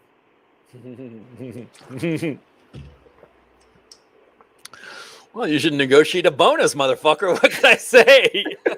Nah, fuck it. I think I'm gonna jump ship, man. Fuck. Yeah, I mean, you can probably do it because right now all kinds of companies are recruiting like fucking nuts. So you can probably negotiate a pretty good deal in some other company. Yeah, I mean, it's weird. The economy going on right now. There is a severe shortage of capable people. So you can get a pretty good deal on a salary. Yeah, I've heard from a couple of people who have been, they've been getting huge fucking bumps. I'm talking, between 25 and 75%. Yeah, plus signing bonuses. So yeah, just look around. You'd be surprised. The market is the labor market for high end people is a lot harder than you realize. So look around. Yeah, definitely. Well, it's Okay, also like, go ahead. Sorry, yeah, no, it's also crazy because like in my job, like I make 6 figures and I literally don't do shit all day. Lucky bastard. I think I'm just a diversity hire, but whatever, man. Fuck them. Yeah, well, I mean, if you're their diversity hire, man, I think it's really despicable. But for you personally, well, what's a cholo gonna do, motherfucker? Exactly. You know what I'm saying? Exactly, my cholo. Anyways, I catch you later, coach. Take it easy, man. Good talking to you. Jake, how's it going? Jake. Hey, can you hear me, coach? Yeah, I hear you fine, man. Yeah, I hear you far away, but I hear you fine. Go ahead. What's on your mind? Excellent, man. Hey, I just wanted to comment on your Pete Buttigieg as being our 2024 candidate. Can you imagine America voting for a fucking faggot to lead us? I mean, can you imagine how cucked we become? No, none of that language, please. We're on air on YouTube, and I'm sorry. I'm a Patreon. What you call it? I condemn such language. Yeah, I disavow such language. Yeah. Bad Jake. Think about how cucked we are as a country. We're supposedly a Christian country, and we're electing somebody that's a sodomite to lead us into the promised land. I look at this country as one big circus tent clown show. I agree with you. Everything you said today, I agree with everything. It's just, how pathetic are we as a people to just tolerate this garbage? Okay. Let's have an instant poll, in chat. Chat, yeah. How cucked is America? Hit a +1 if totally cucked. Hit 0 if you think it's just righteous. We'll wait for a chat to catch up. Yeah. No, CRP, Judo says, is there a CRP super chat? No, motherfucker. I am demonetized. Yeah. +1, 100% cucked. Yeah. +9,000. Yeah. Everybody's saying that the United States is cucked out, It's a goddamn shame, man. But, that's life. It's just fucking sad, because like I've said this before, and I'm going to sound like a broken record on this issue, but I grew up in California in the 70s when California was really the golden state. And I fucking miss those days. It was a land full of promise. And now it's just a fucking disaster. So anyway, Jake, anything else on your mind? Oh, just one last question. How do you think, do you think prosperity is what got us to this point? Because I just can't see everyone just acquiescing to all this. It blows me away, man. I'm only 26. Jake, it's so easy. It's so easy to understand how we got here. Okay, it's very simple. You see, when you are poor, you can't afford to be unrealistic. You have to work your ass off. If you're poor as a person and poor as a society, poor in the material sense, you don't have a lot of money. You have to work your ass off, right? But when you become rich, you start to put up with a lot of shit that you don't really need to. But you figure that the bother, why bother? And so this whole notion of tolerance, tolerating things that in a poor society you'd never tolerate, you'd think it's outrageous. But in a rich society, you're like, okay, I'll put up with this shit, And then little by little, you start tolerating more and more because the people that you are tolerating, they always want more.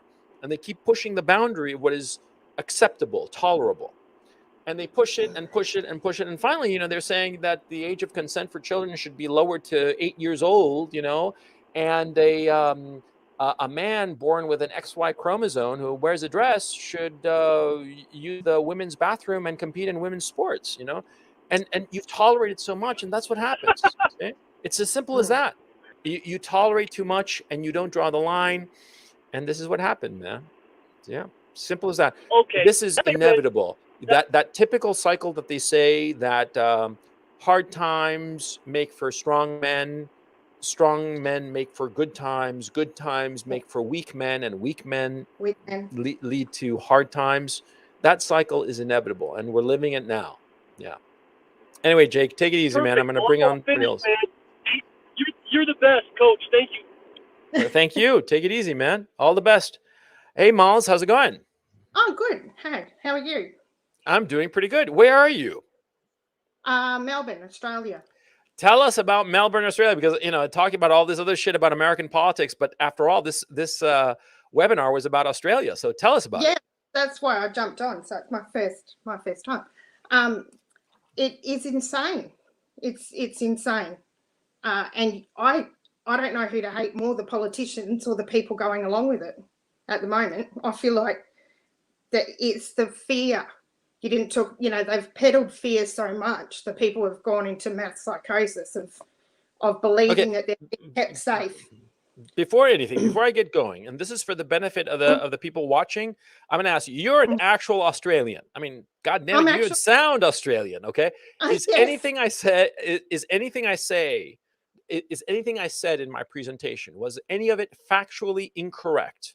And if anything was incorrect, please tell me. No, I don't think so. I haven't heard about the kids dying in Sydney. Yeah, it's on the Telegram channels. The videos are floating around quite a bit in a lot of different forums on Telegram. Yes, okay. And that's accurate. I saw it. Okay. I don't watch the mainstream news here though anymore because you just give up on that. It just gets you too angry. Yeah. Because you've got the journalists screaming for more lockdowns, harder lockdowns, telling the premiers they didn't lock down soon enough. All this sort of rubbish, and it just goes on and on and on. But in Melbourne, we probably have the most despotic premier, who's like the governor of the state. He is complete socialist, and he's also megalomaniac. It's his way in the highway. So even his party is sort of, he rules the roost. He absolutely rules. How are the demonstrations that happened yesterday? How are they being received? Oh, on the mainstream media, of course, they say hundreds of protesters when there was clearly thousands. They in the same news item, they'll say there were 700 police. Well, you can clearly see the police were outnumbered. So kind of that's. But mainly, they're always spoken in terms of troublemakers who were violent. That's been all along since last year, when you could only, and they do the cut and splice. So you see just this violent altercation with the police, when you only even needed 5 seconds more to see that the police initiated it.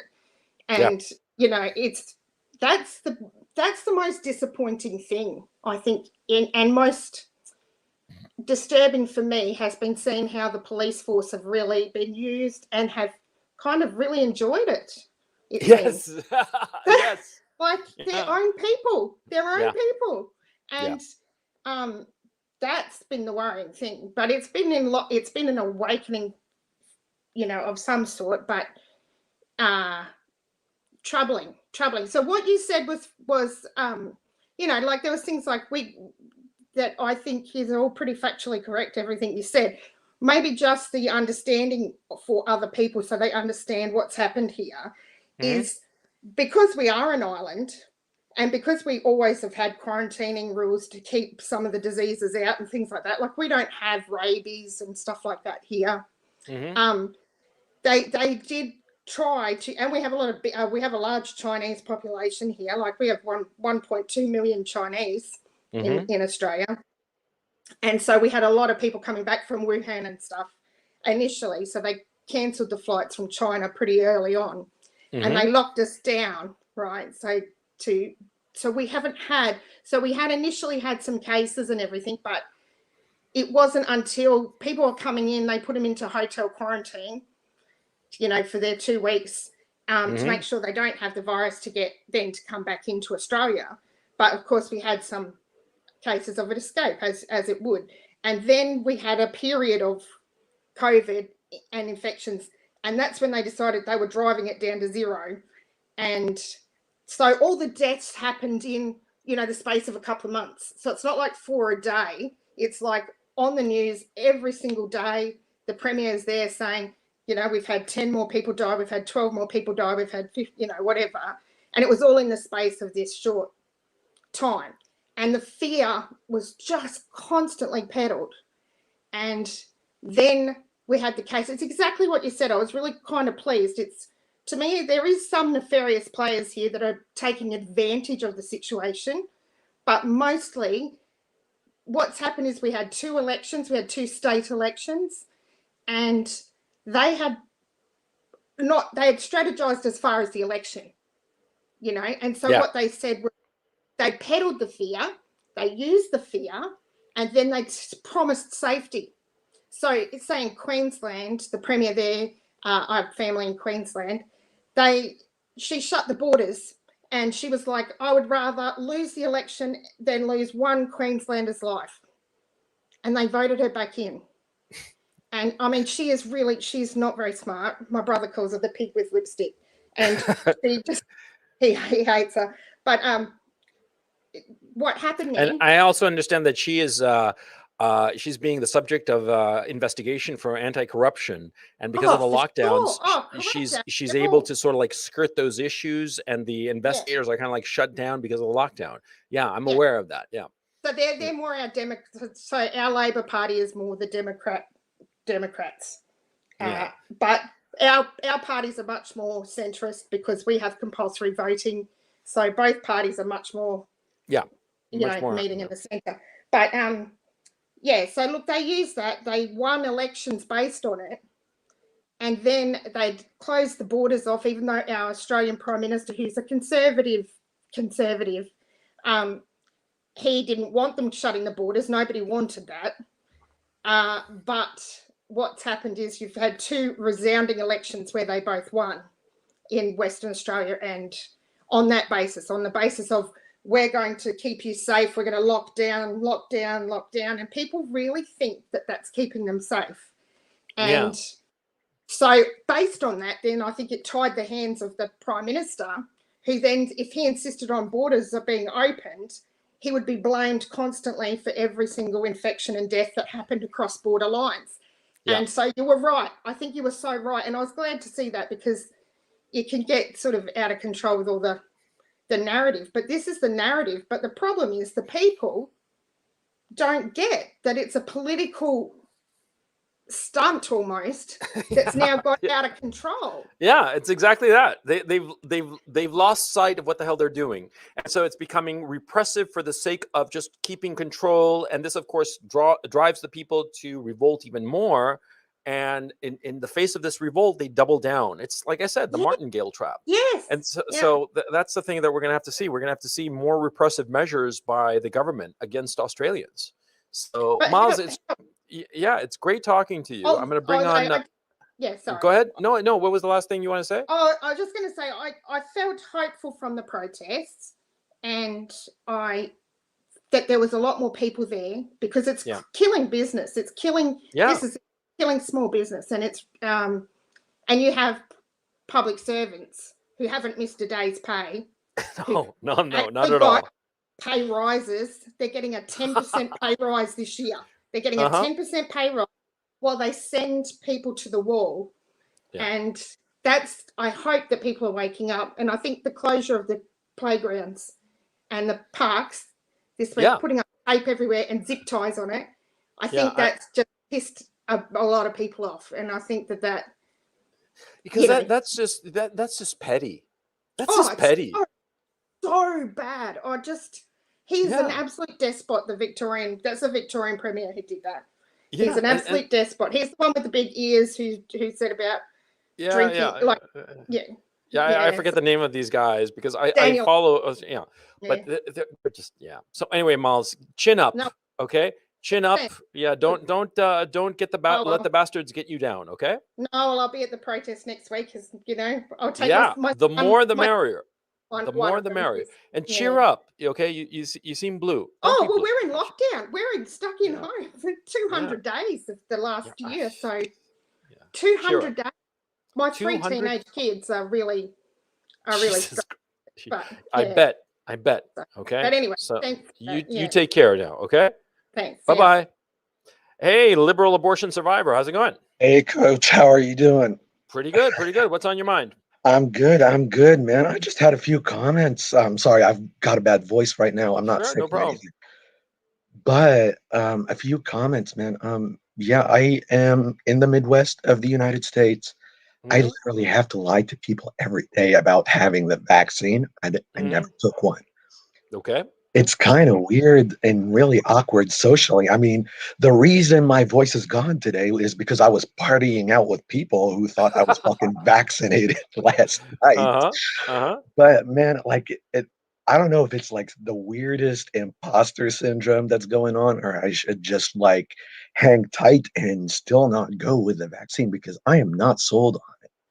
I actually had a I fight. cannot tell you what to do because Oh, of each course not. person's Of medical course not. decision is their own. Of What I course not. can say is that you should really look at the potential side effects of it, which are extremely severe, and they are not inconsequential. And it is very clear that the mainstream media has minimized them or not reported them outright. But if you look around, and this is publicly available data, you will find very disturbing bits of information about the various vaccines and the various medications, including many medicines and cures that are not mainstream, that are purported to be like the salvation, but in fact aren't. Okay, you really have to look around. I can't tell you what to do, and I No, make it a policy not to and I tell don't expect anybody you what to to. do. Yeah. I don't expect you to. That wasn't my intention, really. Oh It no, was no, I know. just Don't worry about it. I'm I just was just saying it so sharing so and yeah. venting my sentiment Yeah. because I've even had fights with my family because most of them work in the medical fields. Both my parents are doctors. Yeah. And it was funny because I had a fight with my dad about getting the vaccine back when it was first released. And he said, "Did you get vaccinated yet?" I was like, "No." He said, "Why not?" I said, "I'm not sold on it because it doesn't do anything. Why would I still have to wear a mask?" It was like, "Are you kidding me? What do you mean?" And so, that shit happened, but okay, Yeah. whatever. The point I wanted to say, man, is that people are like very emotionally charged and Yes. they are very afraid for their lives. And see, I can step into their shoes and understand where they're coming from, but I'm trying to come from a place where I'm trying to communicate that, hey, I'm not the enemy. I'm No, just yeah, trying to share a I, counter I, fi- perspective. I've actually thought about this a great deal, as you can imagine, and I've come to the following conclusion. You see, when we in like high school or whenever you read about the Salem witch hunts, we read about the Salem witch hunts, which if you're not American, you should look it up. It's very interesting. It's an episode of mass hysteria. And what happened was that some teenage girls basically alleged that certain semi unpopular people in the village of Salem, Massachusetts in the 1600s were witches. And because of this, there was a Salem witch hunt in the 1600s that resulted in the death of several people. And this case is always brought up as an example of mass hysteria. I believe that we are suffering that kind of mass hysteria on a global scale. And I think it's an outgrowth of the mass communication systems that we have, the internet and whatnot, that has allowed all of us to go a little bit nuts. And some of us realize, hey, this isn't where it's at. We have to chill out, calm down, and look at the facts rationally. But the mass hysteria has gotten a hold of us. And I think that all you can do is, in a practical sense, is wait for it to burn itself out. Uh, that, as far as I can see, is the only thing that you can do, because that's what happened in the Salem witch hunts. That eventually the hysteria just burned itself out in exhaustion, and everybody sort of like woke up after like a bad night out. They woke up with a bad hangover, and they're like, "Holy shit, what did we do?" I think that might be the only thing to do at this time. Well, You know? coach, I think you're on the right vein. However, what I wanted to share also is that I grew up the first 24, 25 years of my life in the Middle East and in the Hmm. most conservative parts of the Middle East Yeah. before I even got a US citizenship at the time. Okay. Hmm. And something that followed me, like I always questioned like the social norms over there. I became an infidel, so to speak, around the age Okay. of 14 or so, Okay. because just shit never As made sense. as you do, as one does at And, 14. Yeah. and Yeah. one thing that was always on my mind is how did a society of millions of people convince half the population to cover their faces and the other half not to even look in their direction? and build a culture on top of that. So the reason I bring that up is because in your example with the Salem witch hunts, that shit burnt itself out because they ran out of females to burn. Well, Whereas, no, it wasn't that, but okay, yeah. Actually, but one of the anyway, things that like people forget or don't notice is that a lot of men were accused of witchcraft and they were executed. Yeah, yeah. but it was lopsided from my understanding, my very limited understanding. No, is that first of all, it wasn't that many people who were killed, and there were like at least 2 men, as I recall, and I forget how many women were executed because of it. Yeah, Right. but I forget the specifics of it. I mean, it's not really important. What's important is to understand the mechanism by which it happens, and what happens is that people sort of like rile each other up, okay, and this is what's happened, and also disreputable people, dishonest people, they take advantage of the panic in order to advance their own prosperity, to advance their own interest, and that's what's happened both politically and economically. And so, yeah, that's the situation we have. I mean, it's unfortunate, but that's life, man. You got to understand that this kind of shit always happens because people never fucking change. Okay? Right. All you Right. can do is be on your guard against it. Can I make one last comment? Sure. It was to your point earlier about corporate America and the job market. Yeah. Dude, it is on fire. It is on Yes, fire. I was able to get a title bump and a money bump, and I work from home. So all that downtime, man, I'm using so productively. I'm just reading Yeah. books, Yeah. watching Udemy courses, learning new shit, Yeah. working Yeah. on my hobbies. So it's the time right now not to worry about your survival, especially if you work in corporate and Yeah. you're interested in being an entrepreneur. It's really the time to do it. Yeah. I don't It know what the certainly is. future looks like, but that's something everybody at every point in history It could be, experienced. like a supernova that the star burns brightest just before it fades. It could be that. Okay, so I watch out. mean, I hope for the best. Honestly, I Yeah, have no you gotta reason hope for the for best, shit to go but haywire. prepare for the worst. You know what I'm Yeah. saying? All right, Anyway, good talk, liberal man. abortion survivor, thanks for being on, man. I appreciate Yeah, it. You absolutely. take it on. Take it easy, rather. Yeah. Bye. Hey, Salvo, how's it going? Hey, what up, man? What's on your mind? So, one real quick thing. It's funny that Carlos said that Dallas is underrated, and he's there because I'm moving there in a month. Yeah, he's in North Dallas, he said. Yeah, that's where I'm going. That's exactly where I'm going. So maybe I'll put in the Patreon chat. Maybe I'll put my Instagram or something. He can connect with me because I know this is on YouTube as well. I don't want all these people seeing it. But I think also on Patreon you can DM him. Oh, you can DM right him on. directly. So Okay. check it out. Yeah. Okay. Thanks. So man. anyway, you're saying? So I don't know what this might be a little bit out there for maybe for what you're talking about, but in terms of dating pool for women, now that I just feel like in my anecdotal experience, a lot of them have taken the vaccine. Is this going to reduce our dating pool? Do you think? Should we stay away from them? Should we be cautious? I just don't know the health effects. I mean, I've already been with someone who's taken it. And I don't feel anything other than, actually I don't feel anything, to be honest. I feel fine for now. But that was an exception. So I'm wondering what we should think as men going forward who are against the medicine. Yeah, I don't know, but what I do know, and on the little videos that I've posted over the last few days on my CRP channel, you look at the comment section, a lot of people have said the same thing, and I didn't ask this. They spontaneously offered this up. That women, one of the questions was, I asked women was if they'd had any kind of irregularity with their menstrual cycle. Right, yeah, I saw that. Yeah, and a lot of women commented that they hadn't taken the jab, but they had spent a lot of time with women who had. Mm-hmm. And because of this encounter, their own menstrual cycles had been thrown for a loop, which I found extremely interesting. It would indicate that somehow those who are vaccinated might be expelling something that is affecting the people around them. That would be the logical, reasonable inference. And I'm only making an inference, okay? I'm not saying this categorically. Right. Okay? I'm just simply repeating what people said and saying that this would be the reasonable inference to draw. Now, there is such a thing as viral shedding. That is where a person who has some virus of whatever kind sheds it like a dog, in the sense of just like, expels it out into the environment around them. Now, whether those who are vaccinated are expelling something and this has a similar effect, I don't know.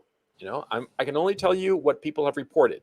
Go to the Right. comment section. A lot of people there are saying that. Okay. I Yeah. don't want to get into trouble with anybody at YouTube or Sure. anybody. I'm Yeah. not like putting myself up as a doctor or Right. anything of the sort. I'm Yeah. not a doctor. I'm not even a fucking coach, man. I'm just some random asshole with a microphone and a webcam. Right. And my whole thing, in the similar vein as you, my whole thing is I'm not even saying anything. I'm just putting the question out there. Is this something we should be thinking about when pursuing the opposite sex? Well, what are the there's all- biological implications long term for things like that? personally, the kind of girl that I like personally are like all natural girls. Right. No tattoos. No, nothing weird about them, that they haven't done anything to themselves like that's unnatural. I don't even like girls who like do drugs. Okay. I like them all natural. I mean, do drugs, illegal drugs like pot or anything else. No, I like them to be all natural. Okay, because I think that that's like a healthy thing. And a woman who's healthy is going to have healthy children, probably, right? And that's my thing. And somebody who's taking drugs of whatever sort, maybe her kids, the kids that she has, won't turn out right, or maybe she can't have kids if she's taking the wrong drugs. You take, like, say, women who take heroin, right? And they can't have children, right? They spontaneously abort the child. They miscarry the child spontaneously. Okay. And so, and certain other medications do the same. And insofar as a lot of medications that people are talking about as of late, there are no clear studies long term, because there hasn't been enough time, because they short-circuited the testing process to get these medicines to market. And so nobody really knows. And so therefore, I'm a cautious guy. I'm a conservative. It's in the fucking name. Cautious, conservative. Okay. And between taking a risk and deciding that I'm going to pass up on that risk and take a safer road, well, you want to call me chicken shit? Fine. I'm a chicken shit. I go with the conservative path, the cautious path. That's just me. You got to figure out what you're going to do on your own, because everybody's a big boy. You know what I'm saying? Right. Yeah. And by the way, hi YouTube monitors, and hi to YouTube whomever who's watching this video and making sure I don't say anything wrong. Hi. You know what I'm saying? Yeah. No, I feel you, man.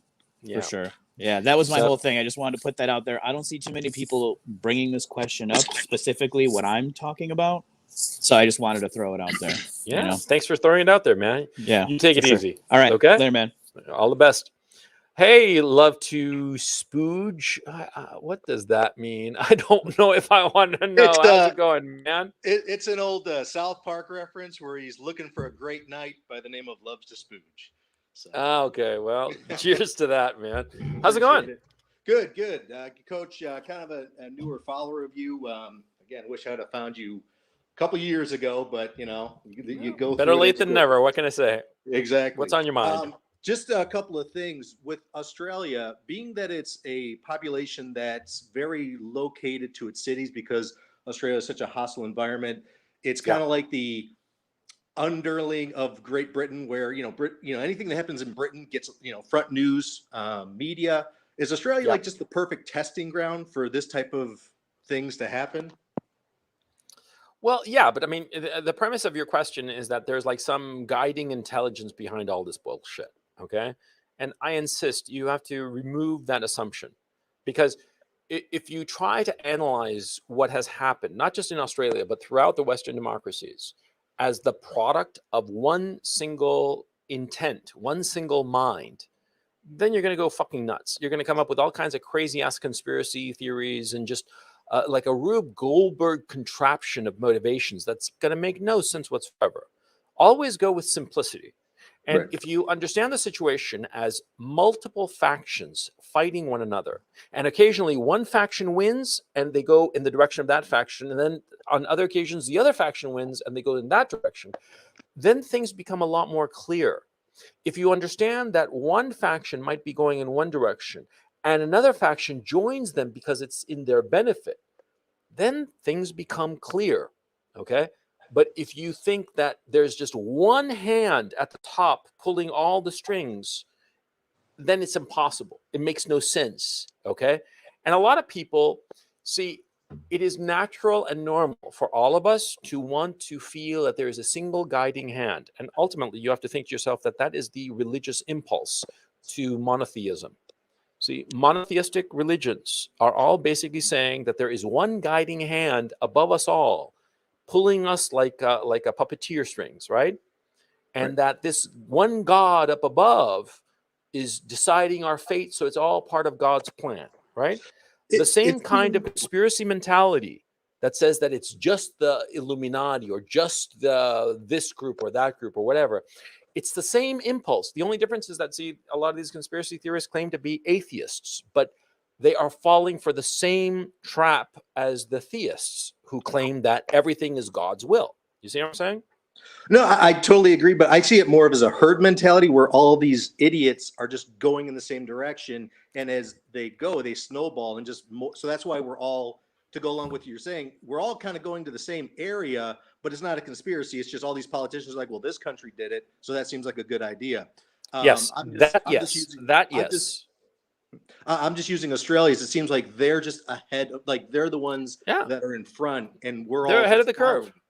Yeah, Right. exactly. They're at this time, they're ahead of the curve. Okay. Right. And I'm it just seems yeah.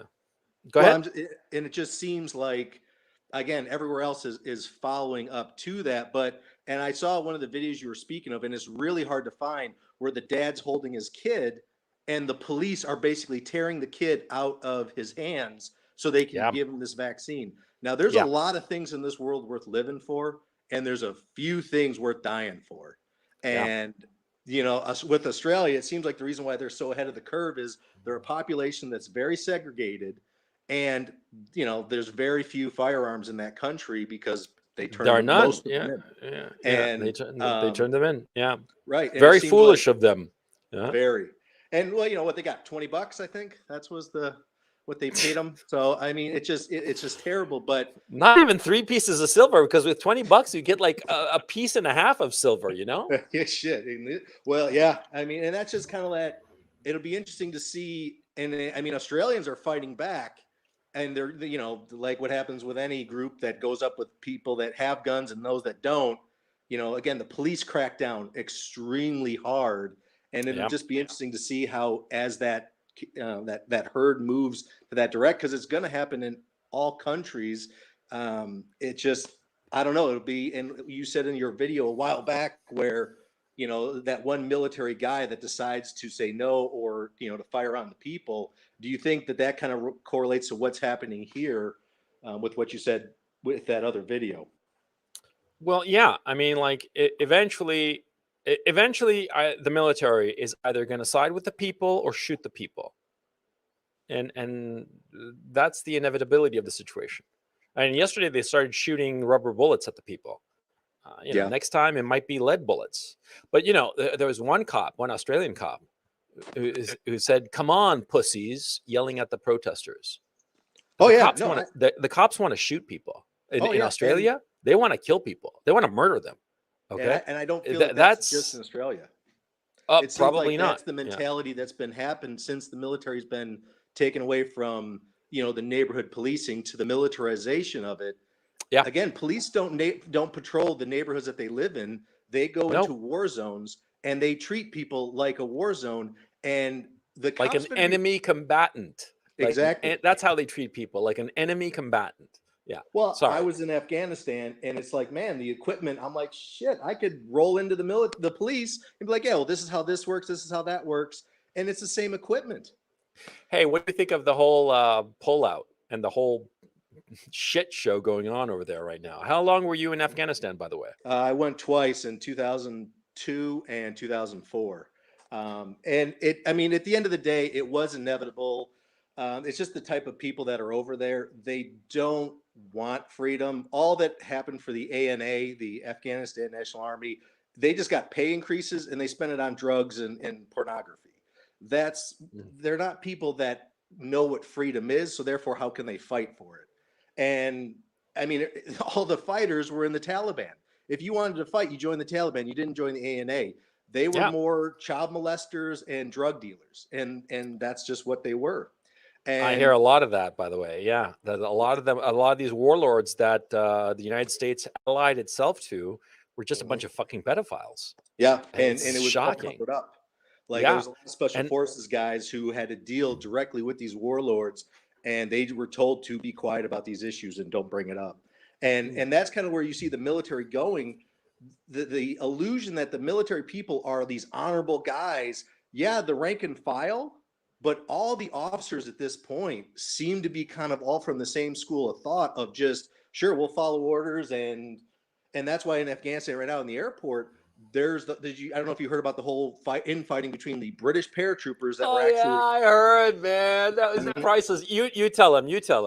Well, so basically the British paratroopers are, I mean, these are hardcore dudes. Oh yeah, they don't fuck around. No, they're okay. Look, chat, so that you know, there are two kinds of men in this world: guys you can push around and guys you don't fuck with. Those fuckers are fuckers you don't fuck with. Yeah, but anyway. And so one of their, I don't know if it was a colonel or a major, got into it with one of our airborne majors, and he's basically saying, what are you guys doing? We're running missions to go evacuate people, and you're sitting on this perimeter. And apparently it became this big shouting match. And that's, again, so the British are pissed at the leadership, but also the U.S. rank and file are like, why are we sitting here when we have our British allies going out and we're sitting here with our thumbs up our asses? Yeah. What is going? And so there's now this big hubbub between the enlisted guys and the officers. And it's all, you can see these lines forming where there's one school of thought and then there's everyone else that says, no, this is not right. Yeah. Well, what's interesting is that the British Army, they were told that there would be a limit like 3,000 people, right? That was the official line, right? But on the ground, they tell them anybody you find, grab them. There's no limit, okay? And the British SAS, they just went out there, man, like scorched earth and grabbed anybody that they can and stuck them on a plane. Yeah, and they're like making. People. So it was either British citizens or Afghanis that work with British, but it's like, hey, if they're in an evac area, take every single person you can carry. Nobody gets left behind, no matter what, and fuck any limit, just as long as they're British citizens first and Afghans who were assisting the Brits while they were there.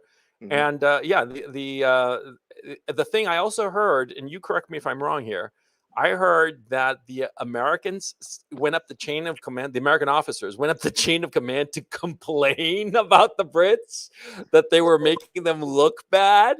What a pussy bitch move, man. I mean, come on. I mean, and but it comes from the top, that new general that was put in there who's worried about critical race theory and white hate. Yeah, what a fucking cum chugging pussy ass bitch, man. I can't believe it. Yeah.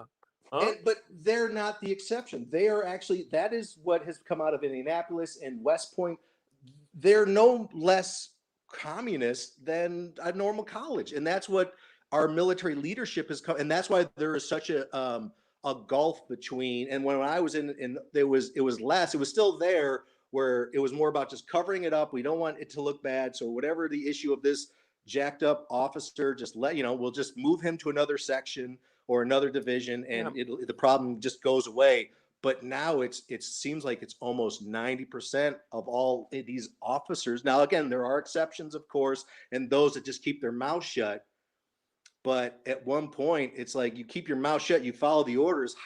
Where is that line where you're doing the exact same thing as the guy who's a firm believer? I mean, if the outcome's the same, then your personal beliefs don't really matter at this point. It's your actions of what you're doing.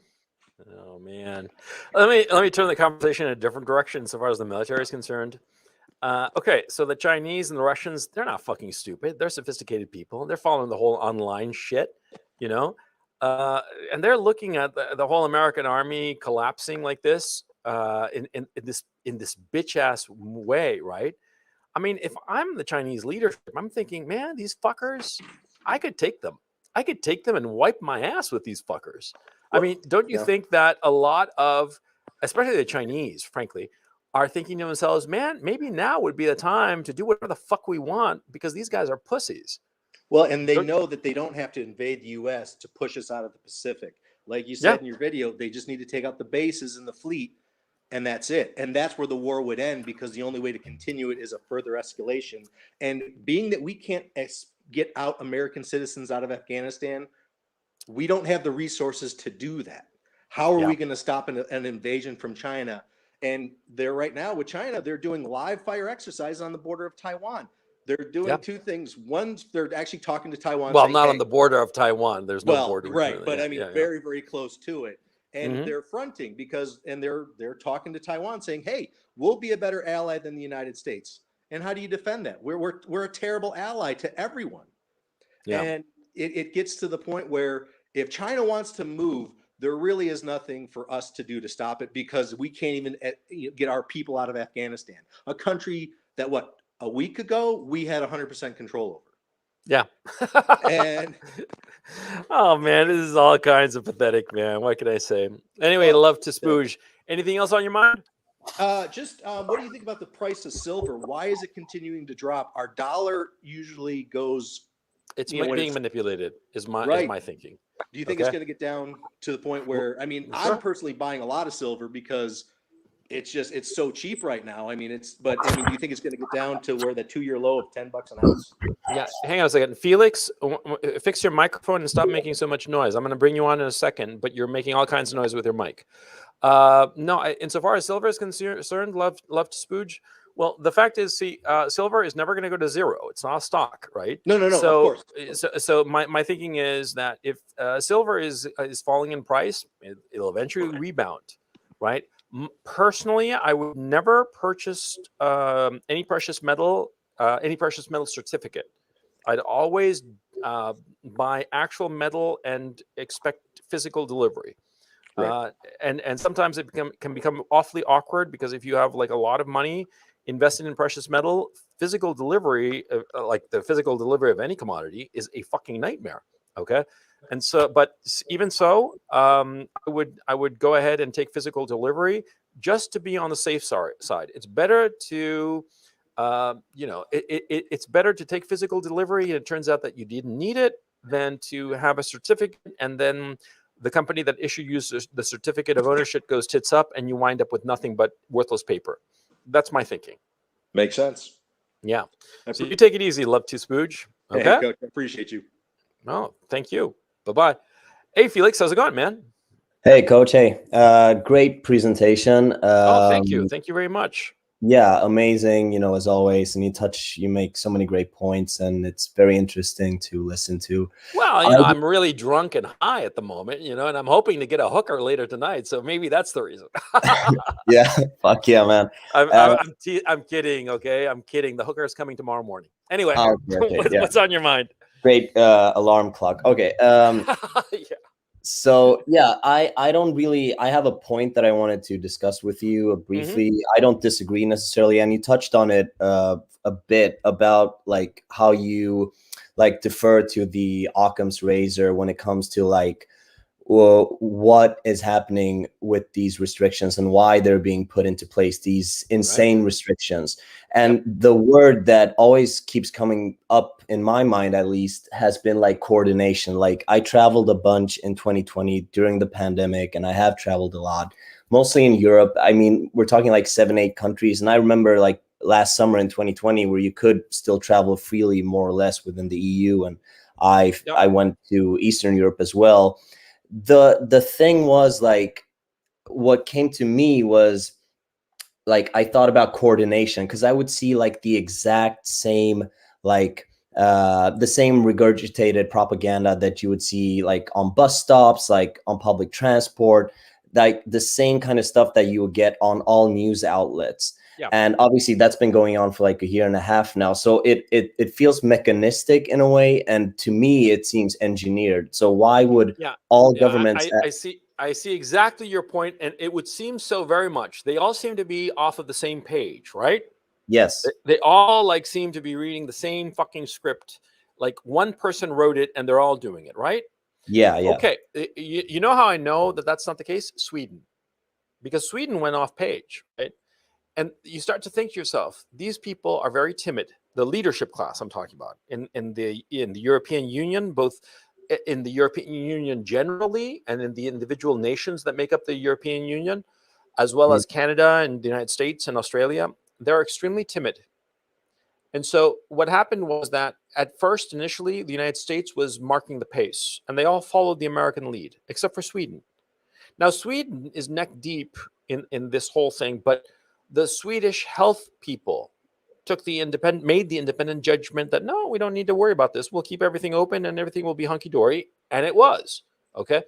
And that proves that it's not one guy controlling everything. What happened was that everybody followed everybody else because they saw where the big players were going, like the States, and they followed. The States went one way and the UK followed them. And then once the United States and the UK went in that direction, the Canadians and then the Germans, French, and everybody else followed them.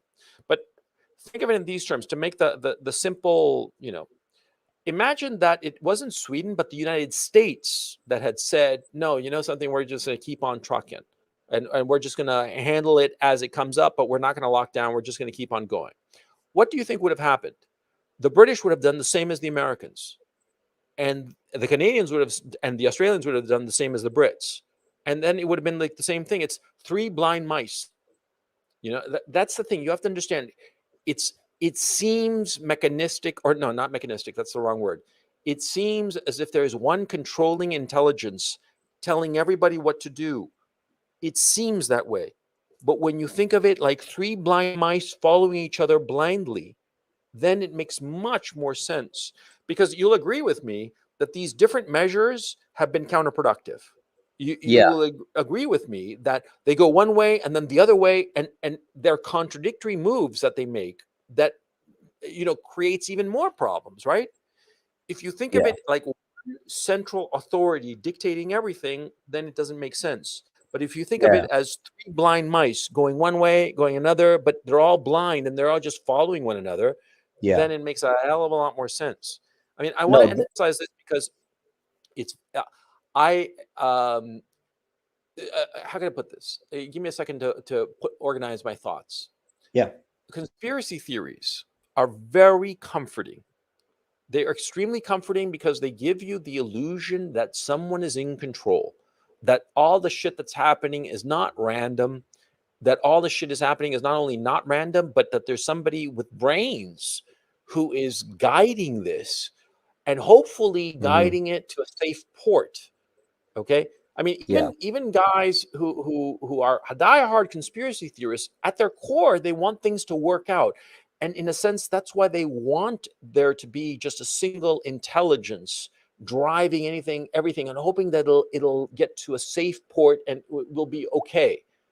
But if you think of it that it's just chaotic and just a bunch of fucking idiots are running, three blind mice running around in no direction, then it's fucking terrifying if you think of it. I mean, there is comfort to be had by thinking that the Illuminati control everything.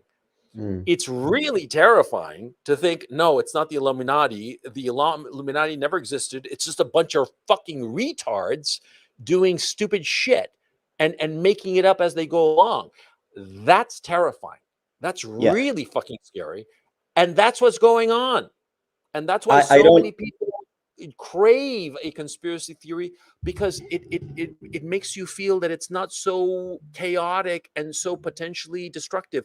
I mean, you're in a car and somebody's driving it, and imagine that what is really going on is that nobody's driving it. There's no driver. It's just driving itself, but not even with a computer. It's just driving. It's gonna fucking crash. That's fucking horrifying. That's what's going on. It's as simple as that.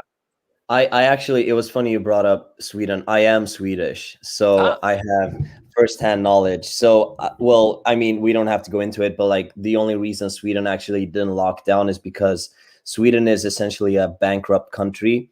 It has paid out so much in welfare, and obviously migration has completely destroyed the welfare system. And salaries, wages are shit. A house is like, I think, like 5 times as expensive, compared to buying a house in the US. But basically, Sweden couldn't do a lockdown because the economy would crash, and so they said, this is, I mean, I studied economics, and like looking at the macro of Sweden, it's like I didn't know this, by the way. Okay, yeah, go it's ahead. completely like embarrassing. Like when you look at like our fiscal budgets that the government drafts every year, it's like hundreds of millions of crowns going to like discrimination funds and like feminist organizations. And I could not make this shit up. It's like when you, and people don't know this, obviously people are just going about their lives, I'm sorry, man. I'm sorry. I'm listening to you, but I'm laughing my ass off at this shit. Yeah, no, because of course it is super fucking funny, and I mean, I'm I have family in Eastern Europe too, so I know where to go. But like Sweden as a whole is fucked, so that's why they didn't lock down. I definitely agree with you that like I don't think it's maybe a grand conspiracy per se. I would say, but maybe like it's easier to like for countries, obviously, like through the UN and other like whatchamacallit, like institutions and stuff, they cooperate. So maybe it would be easier to coordinate some stuff. And obviously, coordination, no question. I mean, absolutely, they coordinated with one another, absolutely. Because also, what happens is that, see, think of it in these terms: you are the president of Sweden, and I'm the president of the U.S., right? And we get on the phone, and we're both kind of panicking, right? And I'm like, what are you going to do? And you're like, I don't know. What are you going to do? And I say, oh, I think lockdowns. And you're like, oh, that sounds like a good idea. And the president of the US is going to do it. And so you say, yeah, me too. I'm going to do lockdowns. And so we both agree to the lockdown. You see, that's how a lot of times people make decisions in a panic. And the fact is also, what's going on is that, see, everybody in Europe and Oceania and North America, politically, they're all on the same page. Neoliberal, the EU project and the alliance between the EU and the United States emphasizes this. So everybody wants to be on the same page. And so nobody wants to contradict one another. And so that's why they all follow along on the same policies. Even if one or another might realize this is not the best policy for my country, well, they'll go along with it. Unless, like you're explaining in the case of Sweden, there is a specific reason why they cannot go along with this policy. But they just want to go along to get along, I mean, that's what's going on. It's just moral cowardice. They didn't have the courage and the balls to just go their own way. So yeah, this is what's going on, man. Isn't it great? Yeah. Isn't incompetence fucking awesome? It is. And you should see the incompetence in Sweden. I would say come to Sweden, but don't. I mean, it's just. Well, I know a little bit about Sweden because, I hate to say it, but see, we in Chile think that Swedes are fucking idiots. I mean, we just, automatically you hear, oh, he's Swedish, and we laugh and say he's probably a moron. Because, see, in 1973, when we had our coup d'etat, when we overthrew the communist regime of Salvador Allende, and we got our good old dictator, Augusto Pinochet, well, the Sweden, fucking morons, they announced in Chile that any political dissident, any political refugee was welcome to go to the Swedish embassy, and the Swedish embassy, the Swedish people would relocate them to Sweden and give them a salary and a home and a car and shit. And so you know what happened? There were a few communists who were genuinely being persecuted by the Pinochet dictatorship who took them up on the offer. But for the most part, it was the criminal element in Chile that showed up to the door of the Swedish embassy, and they got shipped to Sweden. And they were the criminal element of Chile. Okay. I mean, like I'm talking hardcore thieves, murderers, rapists, organized crime people. Okay. And the Pinochet dictatorship, they were fucking thrilled because all of a sudden this group, this hardcore group of criminals was leaving. Of course, any government is going to be thrilled, right? Yeah. And the Swedes imported this whole criminal element into Sweden. And this group, of course, as I understand it, and you correct me if I'm wrong, that Chileans in Sweden have a very bad reputation, right? Yeah. Yeah, I it's mean, because of this. actually, there are not a lot of Chileans in Sweden. I mean, there are other like big migrant groups that are Oh yeah, causing much bigger. this. Yeah, much Yeah, bigger. Like obviously. I don't know, Syrians or whatever group you all imported, right? But Yeah. for during the 70s, there was a lot of anti-Chilean sentiment in Sweden, and Sweden automatically assumed that every Chilean that they met was a criminal because of this. Because every Chilean that Swedes met was a criminal, and they Right. imported them. And their Yeah. arrogance, their arrogance insofar as being this humanitarian superpower, as they always claim, Yeah, it's so cringy. is so foolish and arrogant, you know. And also Yeah. the other thing too is I understand in Sweden there is the notion of the corridor, I think it's called, of what is acceptable discourse, and that you can't say things that are outside the corridor. Is that the correct term? Yeah, I mean, I don't know what it's called, but they keep updating the like what do you call it, syllabus, or like they Yeah. change words. Like you can't say handicapped anymore. It's like physically different or something like that. Like it's total insanity. But anyway, I had one more quick question, and then I'll Sure. go. It was it's about basically like what can we do? What can, I mean, should we just expect a collapse and then like be happy with it? Like will there be revolutions? I mean, that's sort of how it feels. I mean, not in Sweden, obviously, probably not in the US, but I mean, I feel like there's going to be a bunch of like smaller wars coming up, like within countries, not between countries necessarily, just pure revolutions. Like people will be like telling their governments, like, you know what, this is, I mean, this is the breaking point. I mean, Yeah. the glass has tipped over, you know. So Yeah. that's how I think it will play out. But I mean, what do you think? I mean, Well, what I think, first of all, I'm opposed to any kind of violence of any sort.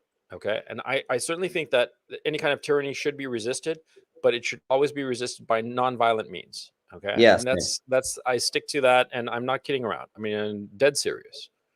That being said, I think that if the governments of the Western democracies continue to abuse their own citizens in this way, it's inevitable that the citizens will eventually just throw in the towel and start acting violently towards the government.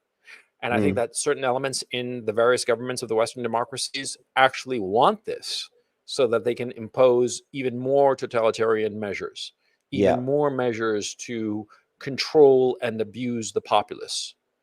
And I think that the governments, through some weird alchemy that will take a lot of historians a lot of years to decipher or understand completely, there is a hatred by the leadership classes in the Western democracies for the average citizen.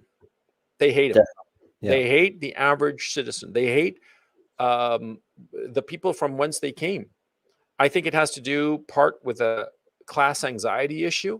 That is, people in leadership classes have risen up socially. And I think that people who rise up socially are often very anxious about their social position. And so they sort of like shit on people of lower classes so as to emphasize the fact that they're in the higher classes. I think there's that going on at play.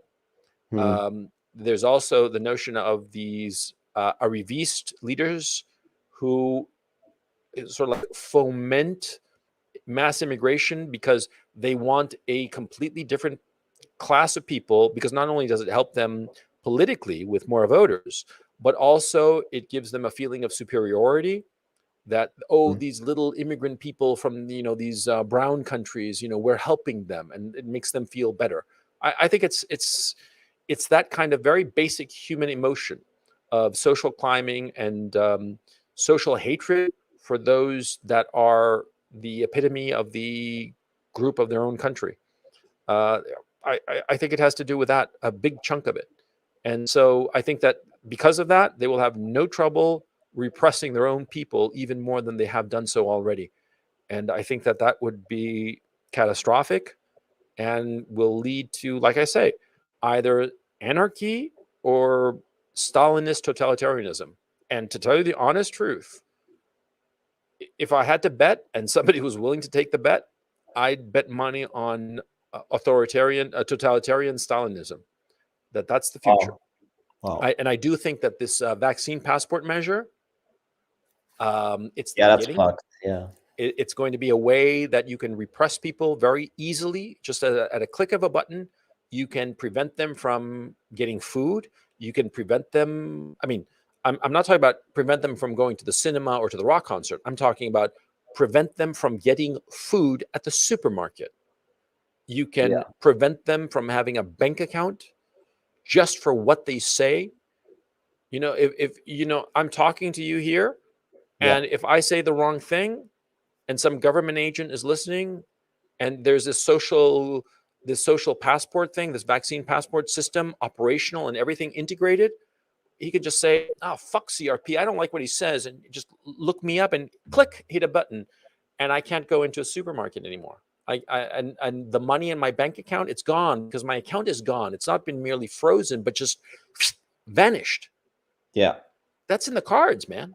Yeah, So, and I mean that seems to be what they want too. I mean, they want total control, and I mean, obviously the government, you know, that's their wet dream, is the ultimate control of people, their movement, their money, their freedom. I mean, obviously that's, you know, it goes back to like, well, yeah, but it's not just that they want to control you. That's not really the purpose of it. The purpose of it is to silence dissent. That's the purpose of it, because they don't want people to disagree with them. Because, you know, words are violence, which is the dumbest fucking thing I've ever fucking heard. Only a fucking retard would come up with such a stupid idea. Words are just words. They're not fucking magic spells, okay? If I say some racial epithet or some insult or what have you, what happens? If I say some racial epithet, does a minority baby suddenly vanish in a puff of smoke like magic? No, it does not. Why? Because it's just a fucking word. You know, that's it. But, you know, words are violence and all this shit. These people, they don't want to be offended. They don't want to be disputed. And that's the point. That's the game. That's the net objective. That's why they haven't said anything about all this tech censorship going on, because they want it, because they don't want people to contradict them. See, that's the horrifying thing. Anyway, sorry for ranting, but anyway, Felix, great talking to you, man. I hope to see you next week. Okay. Yeah. Thanks, Coach. Have a great one. Take it easy. Hey, Italo, how's it going? Hello, Gonzalo. What's up? How are you doing? I'm doing pretty good. Pretty good. And yourself? Yeah, I'm doing good. I'm enjoying not being in Australia, actually. Yeah. Are you from Australia? No, I'm from Peru, but some uncle told me that I should go live in Australia. Glad I Not didn't anymore. obey him. Not anymore. No. No, I'm telling you, the future is a poor country that doesn't put up with leftism. And that's why I think it's Eastern Europe, because I would ordinarily say that, you know, poor countries where you want to go. But, you know, you guys in Peru are having this left-wing government, and you're sliding inevitably into leftism. And, man, it's going to be a whole shit show over there, man. Yeah, it already is. But the guy's like, it's very stupid. So I think we can fight him, but who knows? But yeah, I have two things to say. Like, first, do you see like this happening in Eastern Europe? Do you think like people like Orban putting this COVID passport and things? No, well, I think that Orban would never put up with this shit, because he was a dissident during the Soviet period in Hungary. And he was arrested a bunch of times. I mean, he knew what repression looks like, okay? So I think that he's one guy who would not put up with this shit. Okay. That's why he is a nationalist. Okay. He doesn't give a real flying fuck about neoliberal economic policies or any shit like that, which is what the EU is all about, neoliberalism. But he's not down with that shit. He's a nationalist. He's pro-Hungarian, the Hungarian people, the Hungarian language. You know, he does not want any mass migration. And he's seen the face of Soviet repression. He experienced it up close and personal. So he's like the one guy who's going to who's going to, you know, stand up to this shit. And he's doing that now. Okay. And I think that for Hungarians, right, for Hungary, I think their smart play is to just wait it out, to hold tight, not give an inch to the EU, and wait it out, because the EU will collapse before Hungary does. Okay. And yeah, and exactly. I don't think EU is going to be operational much longer, you know, because the whole fucking continent is collapsing. Okay, I crossed the whole fucking thing. Okay, on my motorcycle, and I spent a lot of time in Holland, of course. And I'm telling you, the EU is not. It seems like it'll last for a good long while, but it's one of those institutions that once it collapses all at once. Okay, and so I think that the Hungarians just have to hold on. Now, a place to go is my thinking is in order: Ukraine, Russia, Belarus, Hungary. Now, why Hungary? The last on my list. Well, first of all, Hungarian is a bitch of a language to learn. It's impossible. Okay, and it has very limited utility. Whereas Russian, there's a lot more uses for Russian. Russia, and I know a lot of people who know demographics would say the contrary, but I do believe that Russia is the future, and that it can turn around its a demographic situation in short order. And I think that long term, Russia and Eastern Ukraine are the future, because Eastern Ukraine and the city I'm living in, Kharkiv, it will become Russian in 5 to 10 years tops. And Russia is going to have a renaissance. It's the only country that's going to have a real renaissance. And the rest of Europe is going to go down the fucking tubes. The only one that might salvage a little bit of dignity is Germany, because the Germans, man, they're hardworking people. And so they're the only ones who might salvage. But the other probably countries, East Germany, right? well, I don't know about that. I mean, both sides have their pros and cons for that matter. But yeah, but yeah, it's going to be fucking ugly. And anyway, my thinking is Russian territories. Like I say, Ukraine, Russia, Belarus, in that order. Yeah, of course. Let's see what happens with Russia. I think maybe they are going to have a multicultural problem as well. I see the Muslim they're repressing population growing. They're repressing that shit. They're not down with that multiculturalism shit at all, because they're seeing it. They're seeing it how it's affected the West, and they want no part of it. Okay, that's why so many people in the West, especially the intellectual classes in the West, hate Putin so much, because he sees through them. He sees that they're just full of shit, and he's not going to put up with the multi-culti bullshit. He wants a Russian nation. He's a Russian nationalist, after all. Look, when he had that interview with Oliver Stone, that 4-part interview, which I highly recommend to everybody to watch, see, he went on and on about the fact that something between like 20 and 40 million Russians were left outside of Russia when the Soviet Union collapsed.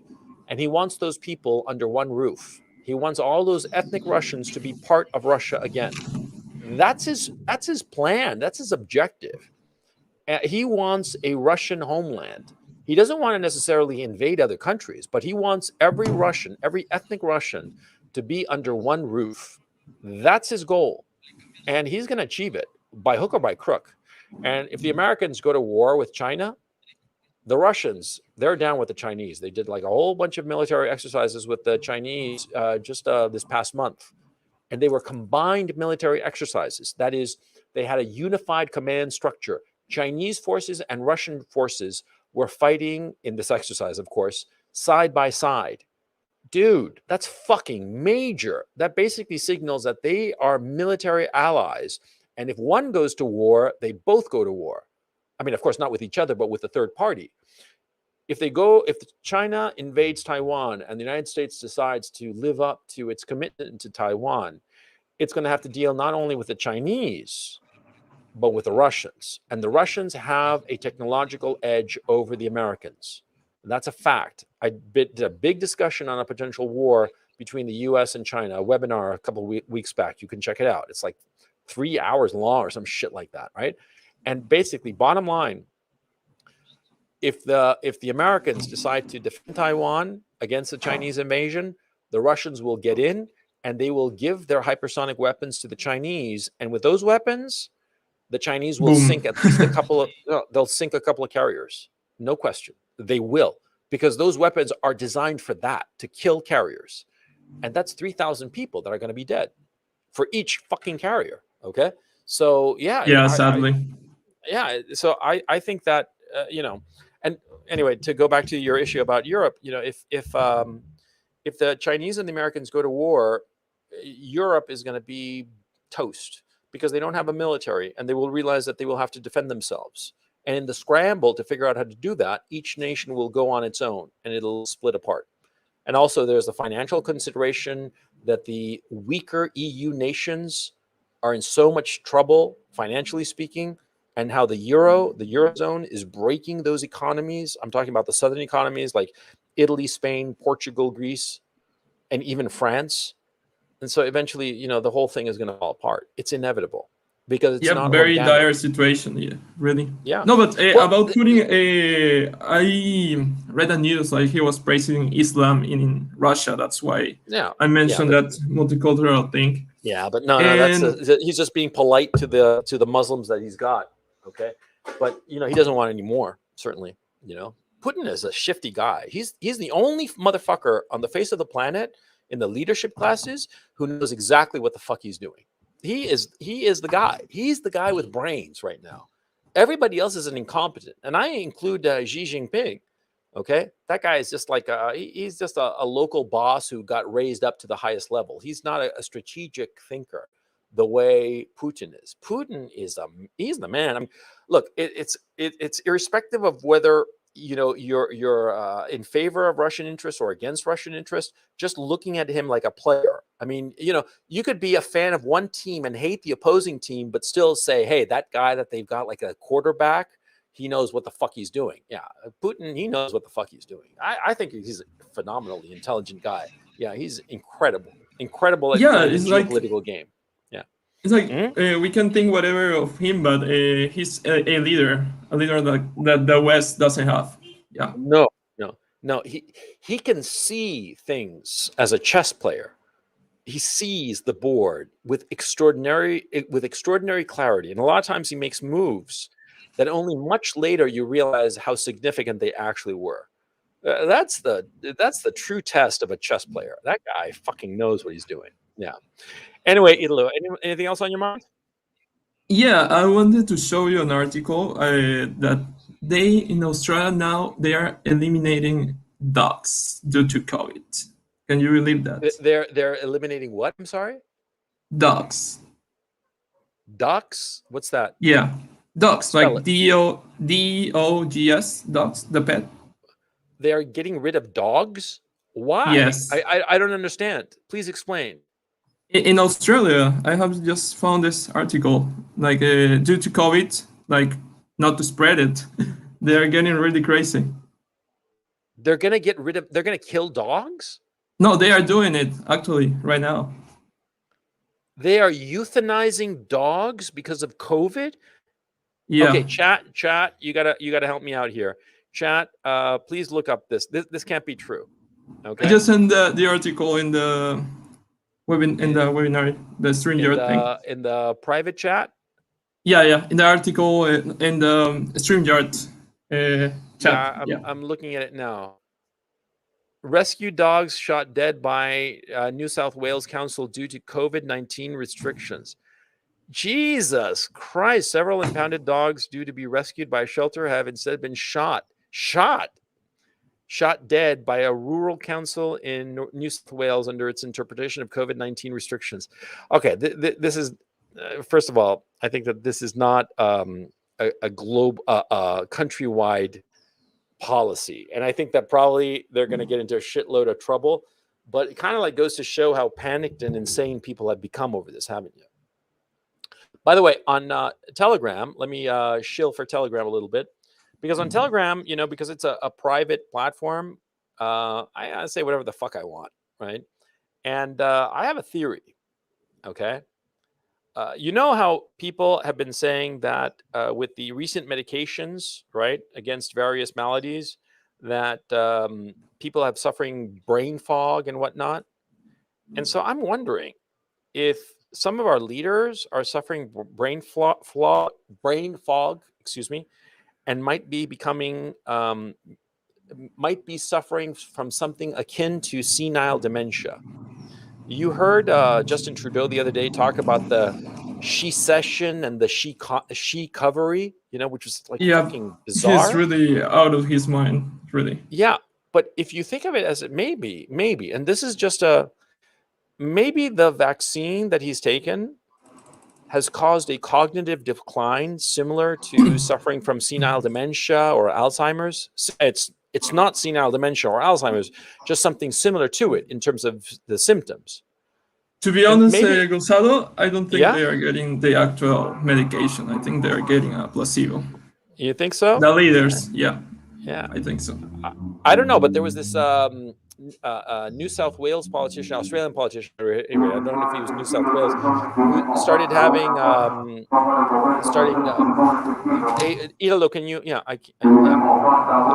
Italo, can you put the mute on? Because, okay, I'm going to have to mute you, Italo. Okay, thanks. There was this Australian politician whose face began drooping live on TV. He started suffering Bell's palsy, which is one of the side effects of COVID-19 vaccines. He started suffering it live on TV. I mean, it was like shocking because he's talking about some COVID shit. And as he's talking, his eye noticeably began drooping. Chat, you guys know who I'm talking about? It was fucking shocking. Okay. So yeah, I think that something like that's, I mean, I do not believe that the leaders are all getting placebos. I think a substantial portion are getting the real deal. That politician kind of like proved it. So yeah. Anyway, anything else on your mind, Italo? No, not really. I just wanted what you mentioned about Chile getting like their hardcore extremist people into Sweden. Yeah, that happened also in Peru. Yeah, really Swedish. Like ex-hardcore pro-terror thing. You know, they have asylum in Sweden right now. So that's a really sick society, in my opinion. It's sad. It's self-destructive and sad. Anyway, take it easy, Italo. Yeah, you too. Goodbye. Bye. Hi, Greg. And Greg, you're going to be the last one because I've gone on like 2.5 hours, and I think that I've worn out my welcome with my audience. So, Greg, what's on your mind? Thank you, Coach. I appreciate your time. No problem. I don't know. I've never heard you talk about Charles Murray's Coming Apart on your channel. Yeah, I heard of the book. I have not read the book yet, but I know Charles Murray's work. Yeah, and I know that it's very good. And Charles Murray is he is an academic. He was the co-writer of The Bell Curve, the very famous 1994 book about cognition and income that was written with, what's his name, Herrnstein, who's passed away since. And he wrote Coming Apart, which was, well, Greg, why don't you give us a summary of what it's about if you're familiar with it? Sure. So Coming Apart is essentially describing the class divergence that's occurred throughout probably the last 50 years.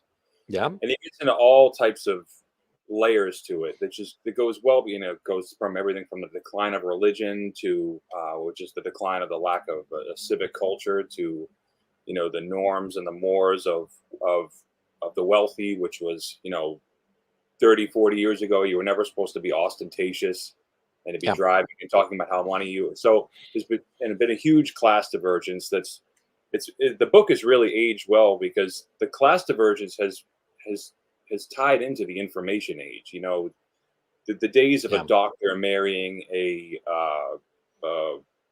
secretary, those days seem like they're over. The doctor marries the doctor, the secretary marries the plumber, and you have all these enclaves that form. Yeah.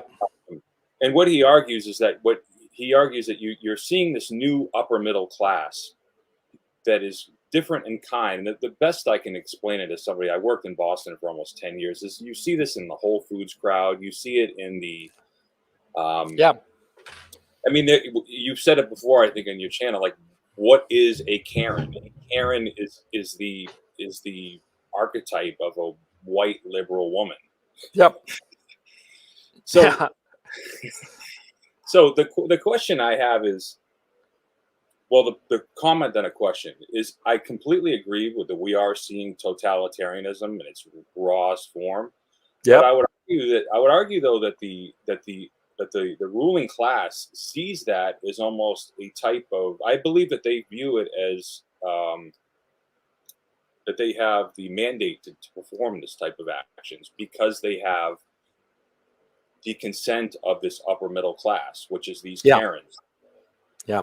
So the question I have to see is, and I think you are absolutely correct that Australia, what is happening there, they will love to see in the U.S. because that's what gets. That's if you look at the January 6th stuff, that there was nothing that would get these people off more than to show all of these dissident people out in the streets. Yep. You know, they can, because the whole mechanism of leftist control. You know, I was watching this Black Pigeon Speaks, and he was talking about California. How do you recruit all these people from all over the U.S. to participate in a completely corrupt and failed economic system? How do you get people to go from all over the U.S. to participate and become a serf in this economic system? You do that through virtue signaling. You give them, they become obedient, and you give them virtue signaling as a prize. And that's the whole issue here with this vaccine, is that you have a lot of morons that took this vaccine. I'm not saying everybody, but you had a lot of people that took this to virtue signal. Yeah. Well, what happens when you see this Israeli data where you're saying, well, guess what? That virtue, you really are just a cuck. Like there's no. Yeah, I mean, because for those of you who don't know, the Israeli data is coming out, and see, Israel is one of the most vaccinated countries in the world, and what is becoming very clear is that it does not prevent you from getting COVID again, and just as serious, if not more serious. And the Israelis are starting to panic, and they're talking about giving a third dose, but then the issue becomes, well, why have a third dose? You know, what's the point of it? If the first two doses do shit, then what's the third dose going to do? And so they're panicking, because the key issue that was sold to everybody, that to get back to normal, you have to take the vaccine. And what was implicitly sold to people was that the vaccine would prevent people from getting it, would prevent people from spreading it, would ameliorate the symptoms, and lessen the chances of death. Those were the four promises. And well, it's turned out that those four promises were a lie, because the official data, knocks out each and every one of those promises. And so the obvious inference becomes, well, if the vaccine doesn't keep you from getting the disease, doesn't keep you from spreading the disease, doesn't keep you from ameliorating the symptoms, and doesn't minimize the likelihood of death, then what's the fucking point of taking the fucking medication? And why would I take more? Why would I double down on something that is ineffective? Isn't that the definition of insanity, to keep on doing the same thing, expecting a different result? And so, yeah, I think that a lot of people are going to be greatly disillusioned. A lot of people are going to hold on to their illusions. And you got to understand, Mark Twain said it best, that it's easier to fool people than to show people that they have been fooled. I'm not repeating the phrase exactly, but I'm paraphrasing, but you get the sense, see? And so people who have been fooled, they don't want to realize that they have been fooled, because nobody wants to realize that they have been fooled, because it means that you are a fool, that you got suckered. And everybody hates that. And nobody wants to face that reality. So we got the situation. Look, the cognitive dissonance is off the fucking charts, okay? And so we got to wait around and see what happens. And look, anything could happen. The next few years are going to be some of the most exciting years in our lives, okay? And that's the final point I want to leave you all with. Well, the Coach, next few years are just going to be off the fucking charts. Yeah, Greg, go ahead. Yeah, well, so I'll make it brief. But the question I have, and I've been asking myself this, is when does this contingent of the left finally wake up? That's why I do. Which contingent of the left? There's a lot of contingents. This, for lack of a better term, this upper middle class Karen left. Could this vaccine issue? No. Be their red pill? No. You know when they'll get red pilled? You know when they'll realize that? Yeah, they'll realize that they were wrong when they are standing in front of a firing squad and the communist commissar is yelling the word fire. Mm-hmm. That's when they'll realize, okay? Because how do I know this? Because it happened in every other situation similar to this. Look at the Russian Revolution, okay? And you'll understand, see? These Karens, these upper class virtue signaling buffoons, They only realize the truth of what they were supporting when that thing that they were supporting turns on them viciously for whatever political reason, and attacks them. I guess Okay. that's my point. Is you're talking about death? Well, I'm not saying that is a high probability of these vaccines, but it's a possibility. That what happens when they realize this isn't a game anymore. This took my father. This took my so. Well, they're going to deny it for a long time. They're going to deny any kind of thing for like a long time because look, you have to think that the more I think about it, the more I realize that we are in a parallel situation to the Russian Revolution in 1917. Do keep in mind, the Russian Revolution started earlier. There were like a lot of political crises before, but the big political crisis for the Russian Empire was the First World War, which they lost. They lost it badly. Now, they lost it badly, and because of it, the Russian Empire became politically unstable, and the legitimate authority, the Tsar, was overthrown in February of 1917. It was overthrown. Actually, the trigger of it was Women's Day. The Women's Day, which is a big deal in Eastern Europe. And there were like marches and protests, and all of a sudden, the Tsar was overthrown. And then the communists spent the next 9 months getting their shit organized, the Bolsheviks getting their shit organized, and then the October Revolution when they took over. And then there was of course, the Russian Civil War. Now, you have to, if you understand that history, you can compare it to our current history and realize that the United States is right now, right before a catastrophic war that it will lose. And that's the war with China. And if the United States goes to war with China, which I think it will, because I think that the ego of so many people in positions of leadership in the military and in the political sphere has been so bruised by this Afghanistan disaster, which is frankly trivial in the scheme of things, but it's so humiliating that they'll be all like, rah, rah, let's go to war with the chinks and kill them all, And that will force them to go to war with China, and they will lose. And how do I know they will lose? Well, because the United States has played war games against China, fictitious war games, and they've lost every time.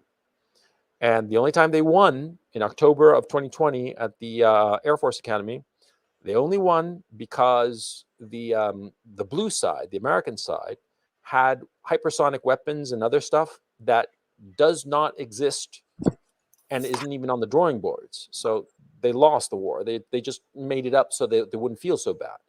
So the United States loses a war with China, and that creates all kinds of political instability, and that will lead to some sort of revolution where the hardcore progressives, I'm talking, the bad guys, the real hardcore communists, I think that they'll take over.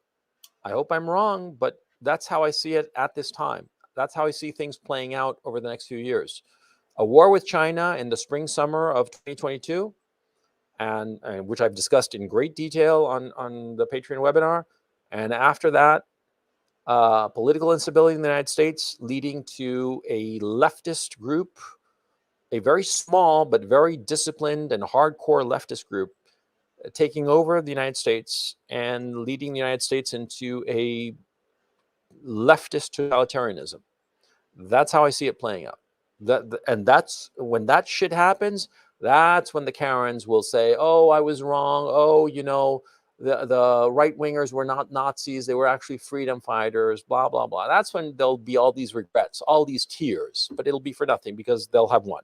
And I think that's what's going to happen. Well, I hope you do check out Murray's Coming Apart. I think it's like a Tocqueville level book. Oh yeah, no, he's a great writer. He's a great writer. So anyway, Greg, take care. You take it easy, man. Have a good one. You too. So guys, this is the end of it. I've been babbling for almost 3 hours. So you guys have had enough of me. I just want to round off the topic of Australia before I go. Like I said, Australia is a precursor to what's going to happen in the rest of the Western democracies. And like one of the callers said that, a lot of leaders in the other countries are kind of like looking forward to implementing what Australia has implemented and is doing currently. Now, after this protest, right, the Australian authorities are they crack down with the police. And like I said, one of the policemen, which shocked me, was saying, "Come on, pussies."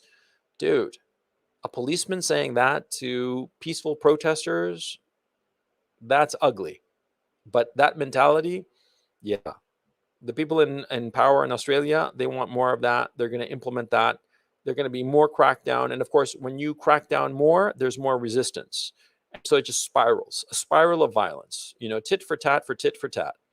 And so all of a sudden, the democracy that you had is destroyed.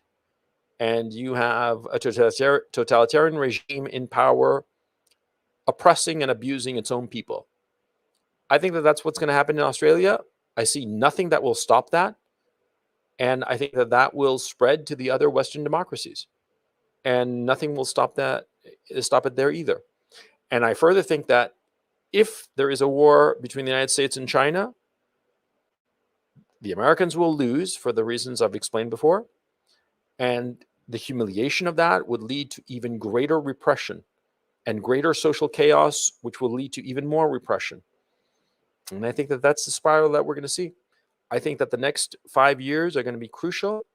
And I look around the political landscape and I see no political leader with the stature, the balls, and the brains and the foresight to realize where the Western democracies are headed. So I think that there's nothing to stop it. See? And the solution, the way to avoid this horrifying fate and the destruction of everything that we believe in as a society, the way to avoid it is very simple. It's just to stop, for the leaders to sort of like stop, take a step back, wake up, and understand that they cannot be abusing their own people. But I don't think that they're going to have the wisdom to make such a thing, to do such a thing, to stop. I think that they're just going to keep on doubling down. And like I said, the martingale trap of just doubling down and expecting that this time, they'll win. And they never will. Not really. Anyway, that's the end of my broadcast. Thank you very much for joining me. I hope you enjoyed this broadcast. And yeah, I'll see you next time.